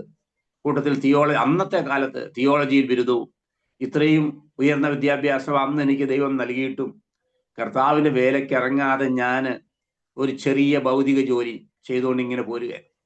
ചെറിയ ജോലി എന്ന് പറഞ്ഞാൽ അത്യാവശ്യ ജീവിതമാർഗത്തിന് പോലും ലഭ്യമല്ലാത്ത ഒരു ചെറിയ ജോലി കിട്ടി. അത് മതിയെന്നും പറഞ്ഞിരുന്നു, കടിച്ചു പിടിച്ചിരുന്നു. അന്നത്തെ കാലത്തൊക്കെ തിയോളജിയിലും സെക്കുലർ ബിരുദവും ഒക്കെ ഒന്നിച്ചുള്ളവർ വളരെ കുറവാണ്, 35-40 കൊല്ലം മുമ്പ്. അപ്പോൾ ദൈവം എന്നെ പിടിച്ചു. അതൊന്നും വിശദീകരിക്കാൻ എനിക്ക് സമയമില്ല. ജീവിതം ഒരു ഇഞ്ച് മുന്നോട്ട് കൊണ്ടുപോകാത്ത വിധത്തിൽ എനിക്ക് ജനിച്ച ആദ്യ കുഞ്ഞ് എന്നെ ഗുരുതരമായ രോഗങ്ങൾ, പനി പിടിച്ച് ഫിറ്റ്സ് ഉണ്ടായി മരിച്ചുപോയി ഞാൻ കരുതിയ അവസ്ഥയിലൊക്കെ ഉണ്ടായി. അന്ന് ഞാൻ വാക്ക് കൊടുത്ത് കർത്താവിന് എവിടെ അയച്ചാലും ഏത് ജോലി ചെയ്താലും ഞാൻ അടിസ്ഥാനപരമായ ഒരു സുവിശേഷകനായിരിക്കും എന്ന് ഞാൻ കർത്താവിന് വാക്ക് കൊടുത്തു. അതാണ് എൻ്റെ ജീവിതത്തെ മാറ്റിമറിച്ചത്. ഇന്നും ഞാൻ ആ വാക്ക് പാലിക്കാൻ ശ്രമിക്കുന്നു. ജീവിതത്തിലെ ഉയർച്ച താഴ്ചകൾ ഒത്തിരി കണ്ടെങ്കിലും ഒരു സുവിശേഷകൻ എന്ന ആ പദവി ഞാൻ വിട്ടിട്ടില്ല. ലോകത്തില് കുറച്ചുപേരെങ്കിലും എന്നെ അറിയുന്നത് സുവിശേഷകൻ എന്നായിട്ടാണ്. ദൈവം, ഞാൻ നിങ്ങൾ ഓരോരുത്തരും എനിക്ക് അതേ പറയാനുള്ളൂ. നിങ്ങളും മുന്തിരിത്തോട്ടത്തിൽ പോകുവിൻ. മത്തായിയുടെ സുവിശേഷം 20:4 കേട്ടോ. 19:27 പത്രോസ് ചോദിക്കുന്നുണ്ട്, കർത്താവേ, ഞങ്ങൾ സകലതും വിട്ട് നിന്നെ അനുഗമിച്ചു, ഞങ്ങൾക്ക് എന്ത് കിട്ടും? 19:27 മത്തായി 19:27 പത്രോസ് ചോദിക്കുക, ഞങ്ങൾ സകലതും വിട്ട് നിന്നെ അനുഗമിച്ചു, ഞങ്ങൾക്ക് എന്ത് ലഭിക്കും? മറുപടി ഇങ്ങനെ കർത്താവ് പറഞ്ഞു വരുന്നു. 20:4 കർത്താവ് പറയുക, നിങ്ങളും മുന്തിരിത്തോട്ടത്തിൽ പോകുവിൻ, ന്യായമായത് തരാം. എനിക്ക് നിങ്ങളോട് പറയാനുള്ളതേ ഉള്ളൂ. നിങ്ങളും മുന്തിരിത്തോട്ടത്തിൽ ഇറങ്ങും, ന്യായമായത് കർത്താവ് തരും. ഇന്ന് ഞാൻ തിരിഞ്ഞു നോക്കും, എൻ്റെ ജീവിതത്തിൽ ന്യായമായത് മാത്രമേ കർത്താവ് എൻ്റെ ജീവിതത്തിൽ തന്നിട്ടുള്ളൂ. ന്യായമായ കുടുംബം, ന്യായമായ ആരോഗ്യം.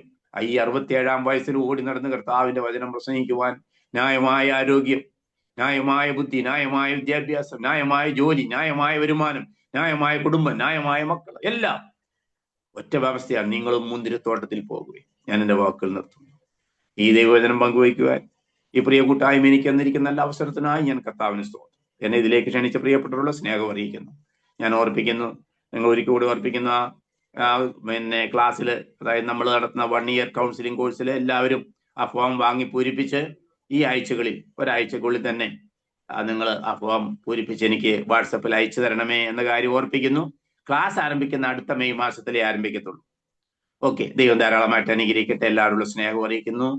നന്ദി.